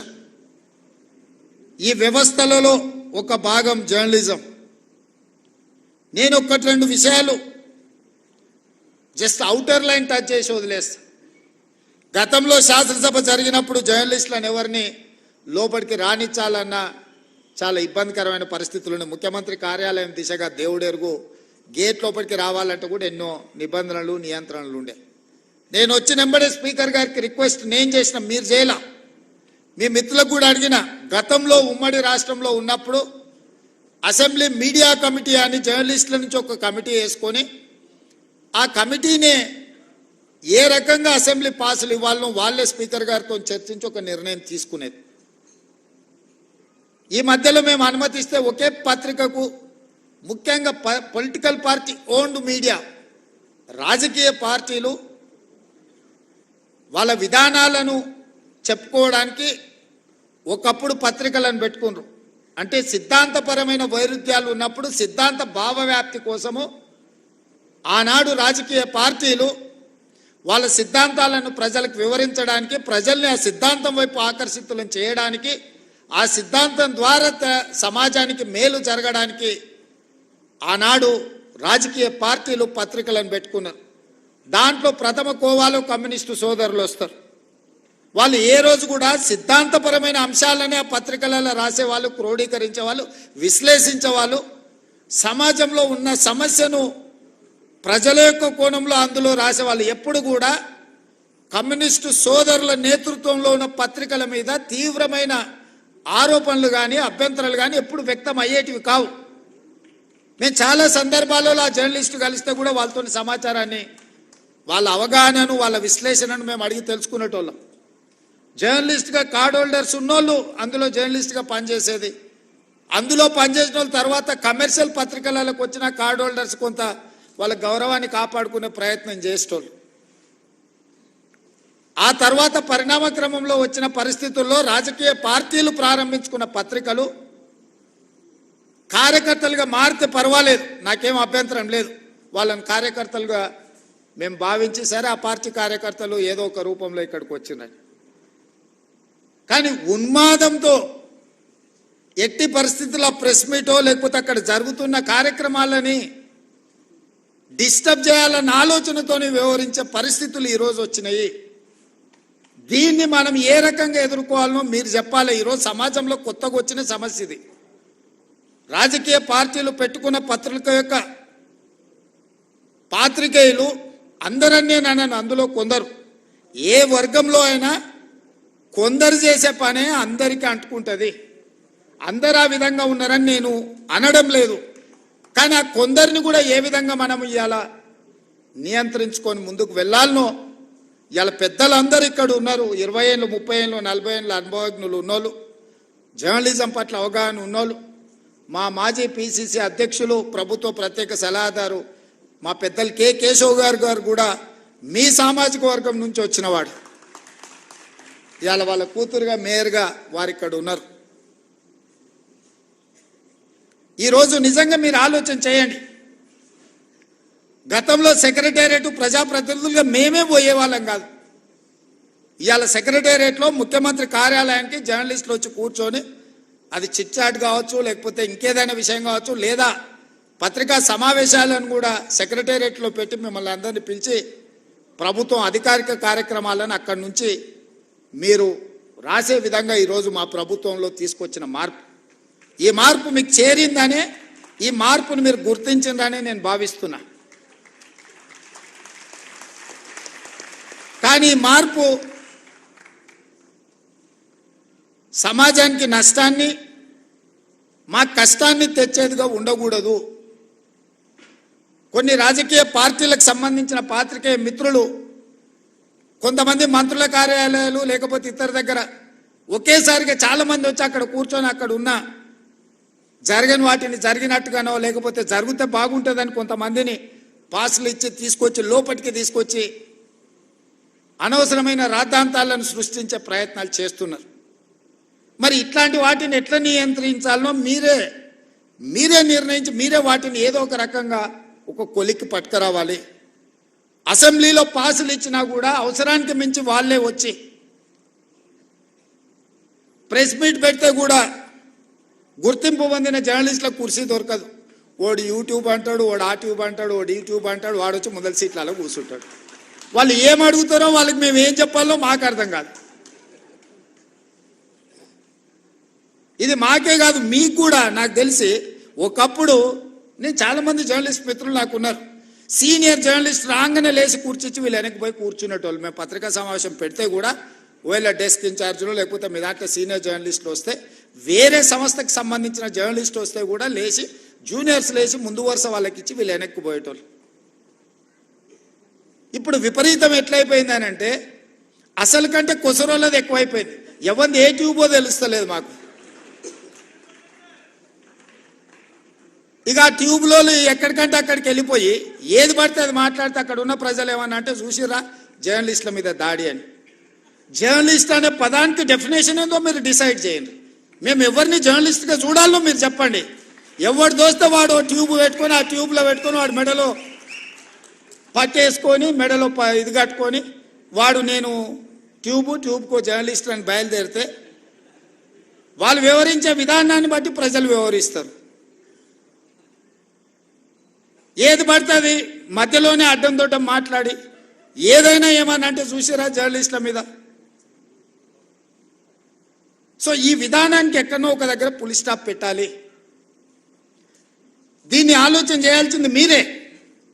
ఎందుకంటే ఇంతకంటే పెద్ద సందర్భం నాకు దొరకదు మీకు ప్రభుత్వం వైపు నుంచి కానీ ప్రజాప్రతినిధిగా మేము ఎదుర్కొంటున్న సమస్యల్ని మీ దృష్టికి తీసుకురావడానికి ఇంతకంటే మంచి అకేషన్ ఏమి ఉండదని నేను భావిస్తున్నా. అక్రిడేషన్ కార్డుల గురించి పెద్దలు శ్రీనివాసరెడ్డి గారు చెప్పారు. ఇద్దరు శ్రీనివాసరెడ్డి స్క్వేర్ ఈరోజు మీ సమస్యల్ని మీ ముందర పెట్టారు. నిజమైన జర్నలిస్టును ఒక్కరిని కూడా అగౌరవపరచాలన్న ఆలోచన కానీ వాళ్ళకి అక్రిడేషన్ కార్డులు కానీ ఆరోగ్య భద్రత కార్డు కానీ ఇంటి పట్టాల విషయంలో కానీ మీకు ఎలాంటి నష్టం జరగకుండా చూసే బాధ్యత ఈ ప్రభుత్వాన్ని అని చెప్పి నేను మీకు మాట ఇస్తున్నా. కానీ అట్ ద సేమ్ టైం ఈ ప్రభుత్వం ఎదుర్కొంటున్న అనవసరమైన రాద్ధాంతాలను నియంత్రించాల్సిన బాధ్యత మీ మీద ఉన్నది. మీరు డిఫైన్ చేయండి ఎవరిని జర్నలిస్ట్గా మేము గుర్తించాలి, ఆ జర్నలిస్ట్కి ఉన్న ఎథికల్ లైన్ ఏంది, ఏ హద్దు దాటకుండా జర్నలిస్టు ఉండాలి, ఆ జర్నలిస్టు హద్దు దాటి వివరించినప్పుడు ఎదురుగున్నోడు క్షణికావేశానికి లోనైనప్పుడు జరిగే పరిస్థితులు ఎట్లా ఉంటాయి, వీటన్నిటిని కూడా మనము ఆలోచన చేసి ఒక పరిష్కారం చూపించుకోవాల్సిన బాధ్యత మన మీద ఉన్నది. నేను ఇంకొక మాట కూడా చెప్పదలుచుకున్నా. ఈరోజు సిద్ధాంతాలు రాసుకోవాల్సిన పత్రికలు ఇష్టారాజ్యంగా అసలు ఏ భాష వాడాలనో జర్నలిస్టులకు కూడా కొన్ని నిబంధనలు ఉన్నాయి కదా. అసెంబ్లీలో మేము ఏదైనా మాట్లాడితే రికార్డుల నుంచి తొలగించడమనో లేకపోతే ఈ భాషకు పద్ధతి లేదనో మనం పార్లమెంటరీ వ్యవస్థలో మనం అనుకుంటున్నాం కదా. మరి పత్రికలకు జర్నలిస్టులకు ఏ భాష రాయాలి, ఎలాంటి భాష వాడాలి, ఏ పదప్రయోగం హోదాని బట్టి రేవంత్ రెడ్డి మీకు నచ్చకపోవచ్చు యాజ్ ఎ ఇండివిజువల్, కానీ Revanth Reddy is Telangana chief minister. Telangana chief minister అనేది ఒక గౌరవప్రదమైన హోదా. ఒక జర్నలిస్ట్ అనేది ఒక గౌరవప్రదమైన హోదా. వ్యక్తితో నీకు నచ్చవచ్చు నచ్చకపోవచ్చు, ఆ హోదా మనమందరు ప్రజలందరూ కలిసి ఇస్తే వచ్చిన హోదా. ఆ హోదాని గౌరవించాల్సిన బాధ్యత ఆ పత్రికలకు కానీ ఆ పత్రిక యజమానుల ముసుగుల్లో ఉన్న రాజకీయ పార్టీ నాయకులకు కానీ ఉండదా?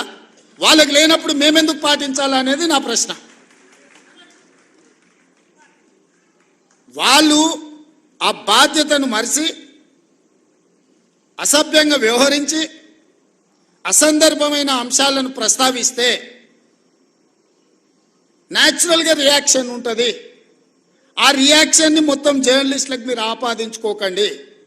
దయచేసి వేదిక మీద నుంచి మీడియా మిత్రులకు నా విజ్ఞప్తి ఒక్కటే, ప్రజల కోసం ప్రజల మధ్యలో ఉండి ప్రజా సమస్యల్ని వెలికితీసే జర్నలిస్టులు ఒక వర్గం అయితే, కేవలం రాజకీయ పార్టీ యజమానిని రక్షించడానికి ఆ యజమానికి మొత్తం వ్యవస్థను అప్పచెప్పడానికి ప్రయత్నం చేస్తున్న వాళ్ళు ఇంకొక కోవా. ఈ రెండింటిని మీరు విడదీయండి. ఈ రెండింటిని కలగాపులగం చేయడం ద్వారా నిజమైన జర్నలిస్టుకు నష్టం జరుగుద్ది. ఆ నష్టం జరగకుండా ఉండడానికి అవసరమైన ప్రణాళికలు మీరు సిద్ధం చేయండి అని చెప్పి నా వైపు నుంచి విజ్ఞప్తి. అసెంబ్లీలోకైనా లేకపోతే సెక్రటేరియట్లోకైనా ప్రభుత్వ కార్యాలయాల్లోకైనా మిమ్మల్ని అనుమతించడానికి ఎలాంటి అభ్యంతరం లేదు. దానికి సరైన కార్డు తీసుకోండి, సరైన విధానాన్ని తీసుకొని రండి. నేను మా మంత్రి గారికి సూచన చేస్తున్నా. నెక్స్ట్ స్టెప్ అదే. సెక్రటేరియట్కి ఎవరు రావాలి, ఎవరికి పాసులు ఇవ్వాలి, ఏ పత్రిక సర్క్యులేషన్ బట్టి ఎంతమందికి పాసులు ఇవ్వాలి. మీరు నిబంధన పెట్టుకోకపోతే పేపర్ మీద ఉండే పత్రికోడు కూడా 10 మాకు పాసులు కావాలంటున్నారు, ఒత్తిడి తీసుకొస్తున్నారు. ప్రజలలో ఉండే పత్రికలకు పేపర్ మీద ఉండే పత్రికలకు ఉన్న తేడాను కూడా మీరే డిఫైన్ చేసుకోండి. అసెంబ్లీకి కూడా ఎంత సీనియర్ వాళ్ళు. పార్లమెంట్లో నేను అంతకుముందు, నేను అప్పుడు ఎంపీని కాదు కానీ ఎమ్మెల్సీగా ఎమ్మెల్యేగా పార్లమెంట్కి పోయినప్పుడు సీనియర్ జర్నలిస్టులు మన తెలుగు వాళ్ళు కూడా సెంట్రల్ హాల్కి వచ్చేది. సెంట్రల్ హాల్లో ఎమ్మెల్యేలు కూడా అనుమతి తీసుకోవాలంటే సపరేట్ పాస్ తీసుకొని పోవాల్సి వచ్చేది. ఎంపీలు ఎక్స్ఎంపీలు వాళ్ళకి మాత్రమే సెంట్రల్ మినిస్టర్స్కి అనుమతి ఉండే, స్టేట్ మినిస్టర్స్ కూడా పాస్ తీసుకొని పోవాలి. కానీ జర్నలిస్టులకు పర్మనెంట్ పాస్ ఉండేది సెంట్రల్ హాల్లో. నేను ఒకసారి అనుకున్న, ఒక జర్నలిస్ట్కు పాస్ ఇచ్చిన వాళ్ళు మాకెందుకు ఇయ్యారా అని.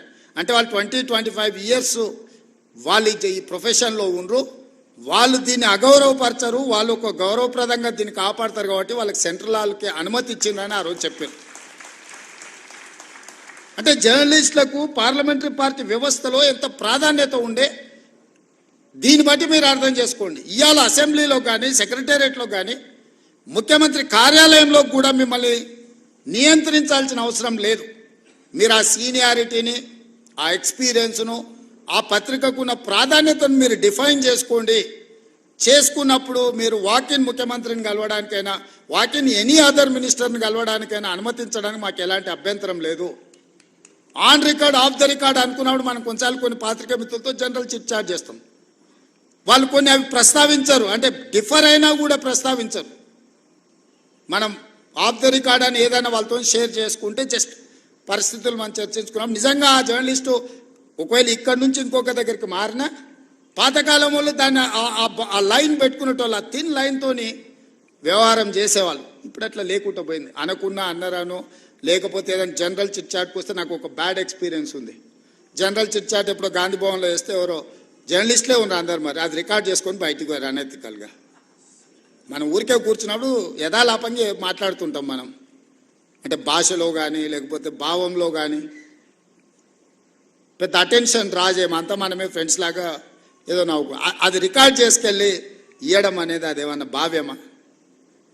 దాంతోనే మీ ఎవరితోనైనా ఏమైనా మాట్లాడాలంటే ఉన్నంతసేపు జాగ్రత్తగా ఉండాల్సిన పరిస్థితి అట్లాంటి దాంట్లో వచ్చింది. మాకేం వేరే మిమ్మల్ని ఏదో దూరం పెట్టాలనో మీతో మాట్లాడొద్దని కాదు.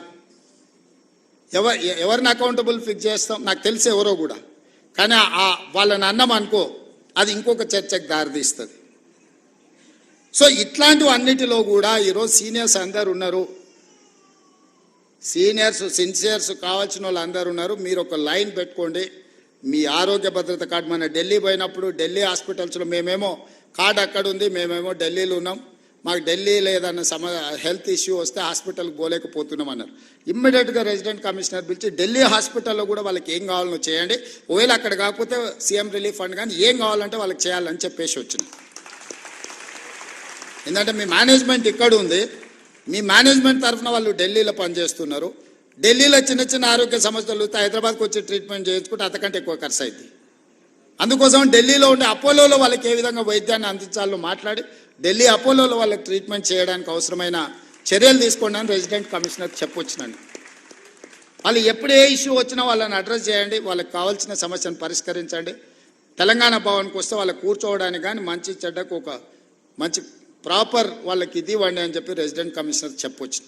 నేను ఇక్కడున్న కమిషనర్ కూడా మీ సమస్యలు మా పెద్దలు మిత్రుడు శ్రీనివాసరెడ్డి గారికి నేను సూచన చేస్తున్నా. వీళ్ళ అక్రిడేషన్ కార్డులు కానీ భద్రత హెల్త్ ఇష్యూలో కానీ ఇట్లాంటి ఇష్యూస్ ఏమున్నా శాశ్వత పరిష్కారం ఒక గైడ్ లైన్స్ పెద్దలు శ్రీనివాసరెడ్డి గారు చెప్పినట్టు చిన్న పత్రికలు, మధ్య తరహా పత్రికలు, పెద్ద పత్రికలు వీటిని ఏ విధంగా డిఫైన్ చేయాలి, government of India guidelines ఏంది, election commission of India guidelines ఏంది, పత్రికలు అంటే ఏంది, పొలిటికల్ పార్టీ ఓన్డ్ జర్నలిజం ఏంది, ఆ పత్రికలు ఏంది అనే దాంట్లో కూడా డెఫినేషన్స్ ఉన్నాయి.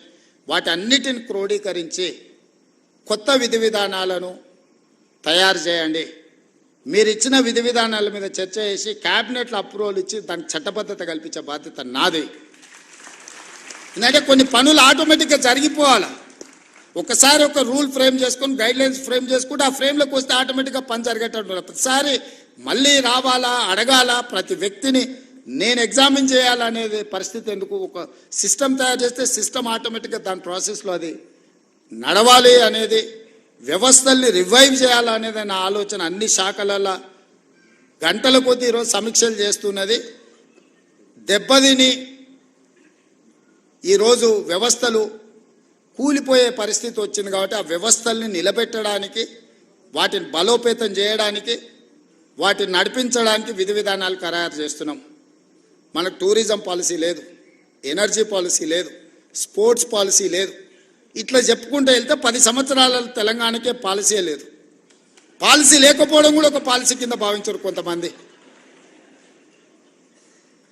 అట్లాంటి పరిస్థితి నుంచి ఒకటొకటిగా పరిష్కరించుకుంటూ విధి విధానాలను ఖరారు చేస్తూ మన ఎదురుగా వచ్చిన సమస్యను తాత్కాలికంగా పరిష్కరించడం కాదు, శాశ్వతంగా దానికి విధి విధానాలను రూపొందించండి అని చెప్పి అన్ని శాఖలను సమన్వయం చేసుకుంటూ ఈరోజు ముందుకు వెళ్తున్నాము. అనుకున్నంత ఆశామాసి కాదు ఈ ప్రభుత్వ వ్యవహారంలో బండి నడపడం. మీకు తెలియంది కాదు, మీరు అందరు కూడా చూసినారు. దానికి ఒకసారి ఎన్నుకో ముందో అవుతుంది. కొంతమంది అధికారులకు విధానం 10 సంవత్సరాలు ఒక సిస్టంలో పనిచేస్తే ఓవర్ నైట్ ఆ సిస్టమ్ అంతా మార్చాలనుకుంటే కూడా కొన్నిసార్లు వాళ్ళకి అర్థం కాదు కదా, అర్థం కావడానికి కూడా కొంత సమయం పడుతుంది. వాళ్ళు అనుకుంటారు 10 నెలలు అయితే వీరు వారే అవుతుండొచ్చు అని కూడా ఎదురు చూస్తుంటారు కొంతమంది. ఎందుకు అని అంటే ఆ 10 ఏళ్ళు అట్లా చూసినాం, సార్ ఏదో కొత్తలో ఊపులో ఉన్నట్టున్నాడు కానీ సార్కి కూడా తత్వం బోధపడుతుంది. 10 నెలలు అయితే అనుకునేట వాళ్ళు కూడా ఉంటారు. అట్లాంటివి ఏముండవు మిత్రులారా. మేము మీలో ఒకరమే. మీ సమస్యలను పరిష్కరించే బాధ్యత మాది. అదేవిధంగా ఇంకొక మాట చివరిగా నేను ఒక మాట చెప్పదలుచుకున్నా. సార్ అన్నీ చెప్పింది కానీ మేము అడిగింది కానీ మేము కోరుకుంటున్నది చెప్తలేడని అనుకుంటున్నారు. మా సీనియర్ నేను ప్రెస్ అకాడమీ దగ్గర ట్రైనింగ్ పెట్టాలన్నా, క్లాసులు పెట్టాలన్నా, ఏదైనా చేయాలన్నా చిల్లి గవ్వ చేతిలో లేదు. ఈ నుంచి పోతే మళ్ళీ పాత రోజులే అన్నట్టుగా ఉంది అని మా సీనియర్ మనసులో ఉంది. అందుకే ప్రెస్ అకాడమీ దగ్గర ఒక 10 కోట్ల రూపాయలు మీ దగ్గర పెట్టుకోండి. మీకు కావలసిన ట్రైనింగ్ కానీ, ఫిలాసఫీ కానీ, ఐడియాలజీని కానీ, నేను మీ ఐడియాలజీ ఉన్న వాళ్ళని మారమని నేను చెప్పడం లేదు. నా జాబ్ అది కాదు. మీ లైక్లు డిస్లైక్లు ఇండివిజువల్గా ఒక రకం, మనం ఉన్న కుర్చీలో ఉండే బాధ్యత ఇంకొక రకము, మన యజమానులకు ఒక ఆలోచన ఉంటుంది. ఇవన్నీ సమన్వయం చేసుకునే బాధ్యత మీదే. కాబట్టి మీకు సంబంధించిన ప్రెస్ అకాడమీ రిలేటెడ్లో ఒక 10 కోట్ల రూపాయలు స్పెషల్ డెవలప్మెంట్ ఫండ్ ముఖ్యమంత్రి విచక్షణ అధికారంతో ఉండే దాని నుంచి ఒక 10 కోట్ల రూపాయలు కేటాయించే బాధ్యత తీసుకుంటా. అదేవిధంగా ఈ 1100 మందికి ఇచ్చారు కానీ ఇంకా 2000 3000 జర్నలిస్టులు ఉన్నారు. మా వాళ్ళు అప్పుడప్పుడు కలిసినప్పుడు సార్ రాష్ట్ర విభజన అయింది, అటుపక్క పోయిన వాళ్ళకు కూడా ఇటుపక్క ప్లాట్లు వచ్చినాయి, మొత్తం ఇటుపక్క ఉన్న వాళ్ళకు రాలేదని కూడా మా మిత్రులు అప్పుడప్పుడు నా చెవిలో చెప్తుంటారు. బంజారా హిల్స్ వచ్చినప్పుడు బంజారా హిల్స్లో మీరు భాగస్వాములు అయినరు, జూబ్లీ హిల్స్ వచ్చినప్పుడు జూబ్లీ హిల్స్లో మీరు భాగస్వాములు అయినరు, గచ్చిబౌలి వచ్చినప్పుడు గచ్చిబౌలిలో మీరు భాగస్వాములు అయినరు, చివరికి ఆ కొంపల్లి వస్తే కొంపల్లి దగ్గర పేట్ బషీరాబాద్లో మీరు భాగస్వాములు అయినరు. ఇప్పుడు మా తెలంగాణ రాష్ట్ర ప్రభుత్వం ఫ్యూచర్ సిటీ తెచ్చుకుంటుంది కదా, డెఫినెట్గా ఫ్యూచర్ సిటీలో మీరు భాగస్వాములు అవుతారు.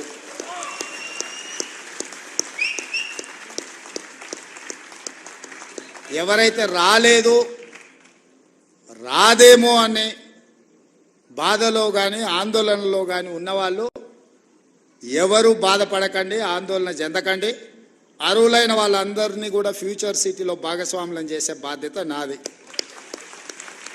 మరి ఇప్పుడు ఆ ఫ్యూచర్ సిటీ మీద అయినప్పుడు దాని నిర్మాణానికి కావాల్సిన నిర్మాణ కార్యక్రమాలు అన్నీ కూడా అది నిర్మించడానికి అవసరమైన కార్యక్రమాన్ని ప్రొఫెషనల్ స్కీమ్స్ కూడా మీరే తీసుకెళ్ళాలి. ఎందుకంటే అది ఎంత ప్రమోట్ అయితే మీకు కూడా ఎంతో కొంత అందులో స్టేక్ హోల్డర్స్ అవుతారు. ఇప్పుడు ఇంతకుముందే మా సీనియర్ అన్నాడు, లక్షాధికారులు కాదు ఇప్పుడు ఇచ్చేది కోటీశ్వరులు అని చేసిందని. రేపు పొద్దుగాల అక్కడ కూడా మీరు కోటీశ్వరులు కావాలంటే ఆ ప్రాంతం కూడా అభివృద్ధి చెందాలి. ఫోర్త్ సిటీ చాలాసార్లు చెప్పినా మళ్ళొకసారి చెప్పదలుచుకున్నాం, ఎందుకంటే పదే పదే చెప్పడం ద్వారా అయినా ప్రజలకు చేరుతుందని. కులీ కుతుబ్ షాయిలు నిజాం హైదరాబాద్ నగరాన్ని నిర్మించింది, అది మొదటి నగరం. నిజాం అండ్ బ్రిటిషర్స్ కలిసి సికింద్రాబాద్ నగరాన్ని నిర్మించింది, అది రెండవ నగరం. చంద్రబాబు నాయుడు రాజశేఖర్ రెడ్డి కలిసి సైబరాబాద్ నిర్మించారు, అది మూడవ నగరం. ఇప్పుడు మనందరం కలిసి నాలుగవ నగరం fourth city, that is called future city, అది మనందరం కలిసి నిర్మిద్దాం. మీరందరూ భాగస్వాములు అందులో. మీ అందరి తరఫున ప్రతినిధిగా నేను పనిచేస్తా. మనకు నాలుగో నగరం అవసరం ఉంది. భవిష్యత్ అవసరాలను దృష్టిలో పెట్టుకుని ఆ ఫ్యూచర్ సిటీలో అన్నీ ఉండే విధంగా, అన్నిట్లలో ఫోర్త్ ఎస్టేట్ అయిన జర్నలిస్టు లేకపోతే అది ఇన్కంప్లీట్ అవుతుంది. డెఫినెట్గా మిమ్మల్ని అందరిని కూడా అక్కడికి తీసుకెళ్లే బాధ్యత నాది. దాన్ని అద్భుతమైన నగరానికి ప్రపంచంలోనే పోటీ పడే నగరంగా తీర్చిదిద్దాల్సిన బాధ్యత మీది. మనం అందరం అనుకుంటే ఫోర్త్ సిటీని ఫ్యూచర్ సిటీని నిర్మించుకోవడం పెద్ద విషయం కాదు. 100% దాన్ని అద్భుతమైన నగరంగా నిర్మించుకుందాం. ఆ అద్భుతమైన నగరంలో మనం అందరం భాగస్వాములం అవుదాం. ఎవరెవరైతే రాని వాళ్ళు లేకపోతే మిగతా ఇష్యూస్ ఉన్నాయో, మా పొన్నం ప్రభాకర్ గారు పక్క నుంచి చిట్టి పంపిస్తున్నాడు. రూరల్లో ఉన్న వాళ్ళకి, మండల స్థాయిలో ఉన్న వాళ్ళకు కూడా, డిస్టిక్ లెవెల్లో ఉన్న వాళ్ళకు కూడా చేయాలి అని తప్పకుండా వాళ్ళకు కూడా చాలా వరకు ఇచ్చిండ్రు. ఇంకా ఇయ్యని వాళ్ళు ఏదైనా ఉంటే కూడా జిల్లాల నుంచి కూడా సమాచారం తెప్పించుకుంటాం. వాళ్ళందరినీ కూడా గౌరవప్రదంగా మీ వృత్తిలో మేము జర్నలిస్ట్ అని మీరు గౌరవంగా చెప్పుకునే విధంగా మీ అవసరాలను, మీ సమస్యల్ని పరిష్కరించడానికి ఈ ప్రభుత్వం పనిచేస్తుంది. చివరగా నా విజ్ఞప్తి ఒక్కటే, రాజకీయ నాయకులు, పాత్రికేయ మిత్రులు ఒకరినొకరిని గౌరవించుకున్నప్పుడే ఈ సమాజం మనల్ని గౌరవిస్తుంది. మేము మిమ్మల్ని కించపరిచినా, మీరు మమ్మల్ని కించపరిచినట్టు రాతలు రాసిన ఇది ఇరుపక్షాలకు నష్టము. మా వృత్తి ధర్మాన్ని మేము నెరవేరుస్తాం, మీ వృత్తి ధర్మాన్ని మీరు నెరవేర్చండి. తప్పకుండా మళ్ళీ మీ సమస్యల పరిష్కారం కోసం అదేవిధంగా ఒక కమిటీని ఏర్పాటు చేసి తర్వాత డీటెయిల్గా డిస్కషన్ చేయడానికి మా మిత్రుడు శ్రీనివాసరెడ్డి గారికి బాధ్యతలన్నీ అప్పచెప్తున్నా. వారితో కూర్చొని మాట్లాడుకొని ఈ శ్రీనివాసరెడ్డి గారి సహకారంతో, ఆ శ్రీనివాసరెడ్డి గారి నిర్ణయాలతోని మళ్ళీ ఫైల్ తీసుకొని రాండి. తప్పకుండా మీ అందరికీ మంచి జరుగుతుందని తెలియజేస్తూ మీ అందరి దగ్గర సెలవు తీసుకుంటున్నాను. సీనాన్ అకాడమీ బిల్డింగ్ కంప్లీట్ అయింది, దీని ప్రారంభోత్సవం అంటుండు. డెఫినెట్గా ఏ కార్యక్రమం ఉన్నా నేను వస్తూనే ఉంటాను. భాస్కర్ గారు,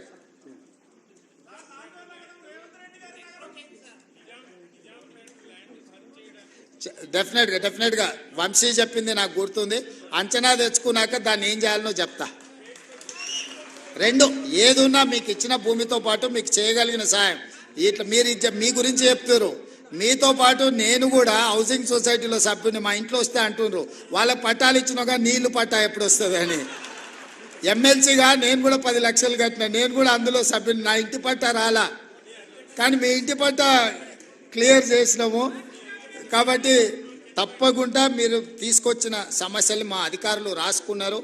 వాటిని దృష్టిలో పెట్టుకొని తప్పకుండా వాటిని పరిష్కరించడానికి ముందుకెళ్తామని తెలియజేస్తూ సెలవు తీసుకుంటున్నా. ధన్యవాదాలు మిత్రులారా. గౌరవనీయులైన ముఖ్యమంత్రి గారికి, మీడియా అకాడమీ చైర్మన్ శ్రీనివాసరెడ్డి గారు, కమిషనర్ ఐఎన్పిఆర్ హనుమంతరావు గారు, ఆనరబుల్ సీఎం గారికి, ఆనరబుల్ ఐఎన్పిఆర్ మినిస్టర్ గారు, INPR department of INPR minister గారు సన్మానం చేస్తున్నారు. రెవెన్యూ ఐఎన్పిఆర్, అలాగే పొన్నం ప్రభాకర్ గారు, ఇంకా పెద్దలందరికీ ఆత్మీయ సన్మానం. ఫోర్త్ సిటీ అన్నారు ఆనరబుల్ సీఎం. ప్రజాస్వామ్యంలో ఫోర్త్ ఎస్టేట్, పటిష్టమైన 4వ స్తంభం మీడియా. అలాంటి మీడియాకు ఫోర్త్ అంటే మరి భవిష్యత్తు, అలాంటి భవిష్యత్తు గురించి చెప్పారు. అలాగే ఆనరబుల్ సీఎం ఒక అద్భుతమైన సందేశం తన ఈ సుదీర్ఘ ఉపన్యాసంలో చెప్పింది. Win win situation. ప్రజాస్వామ్యంలో ప్రజలు గెలవాలి, ప్రభుత్వం గెలవాలి.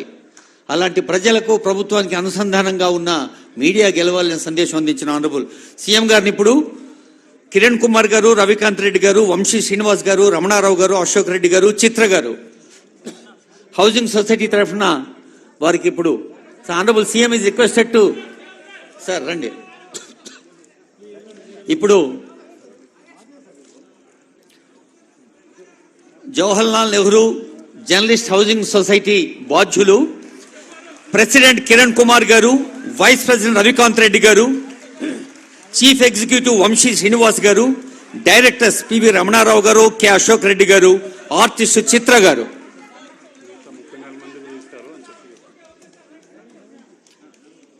మీడియా అకాడమీ పక్షాన, సమాచార పౌర సంబంధాల శాఖ పక్షాన గౌరవనీయులైన ముఖ్యమంత్రి గారికి, గౌరవ ఐఎన్పిఆర్ మినిస్టర్ గారికి, గౌరవ హైదరాబాద్ జిల్లా ఇన్ఛార్జ్ మంత్రివర్లకు, గౌరవ ఎంపీ సనిల్ కుమార్ యాదవ్ గారికి, గౌరవ ఎంపీ కిరణ్ కుమార్ రెడ్డి గారికి, గౌరవ ఎమ్మెల్యే మల్లెడ్డి రంగారెడ్డి గారికి, ఆనరబుల్ అడ్వైజర్ వేం నరేందర్ రెడ్డి గారికి, ఆనరబుల్ మేయర్ విజయలక్ష్మి మేడంకి, honourable deputy mayor Mothe Srilatha Shobhan Reddy గారికి, ప్రజాప్రతినిధులందరకు హృదయపూర్వక ధన్యవాదాలు on behalf of INPR department and media academy.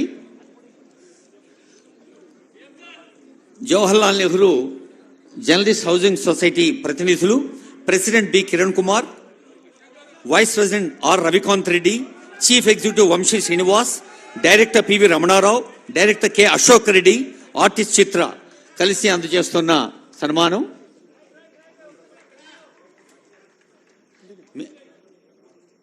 మిగతా 34 మంది కూడా ఈ వేదిక పైన ఇవ్వడం జరుగుతుంది. I request you to wait please.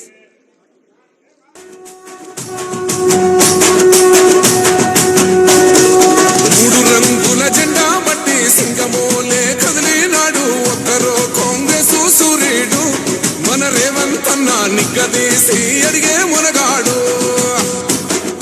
వీడు భూమిన వానైతాడు, బీద సాదల ధైర్యం వీడు, దొంగ దొరల భరతం పడతాడు. మన రేవంత్ అన్న పేద ఇంటికి పండుగ తెస్తాడు. సోనియమ్మ దివెనతోని రాహులన్న సైనికుడయ్యి పెద్ద కొడుకై యుద్ధం చెయ్య సిద్ధమాయే రేవంత్ అన్న. మూడు రంగుల జెండా పట్టి సింగమోలే కదిలినాడు ఒక్కరో కాంగ్రెస్ సూర్యుడు మన రేవంత్ అన్న నిగ్గదీసి అడిగే మొనగాడు.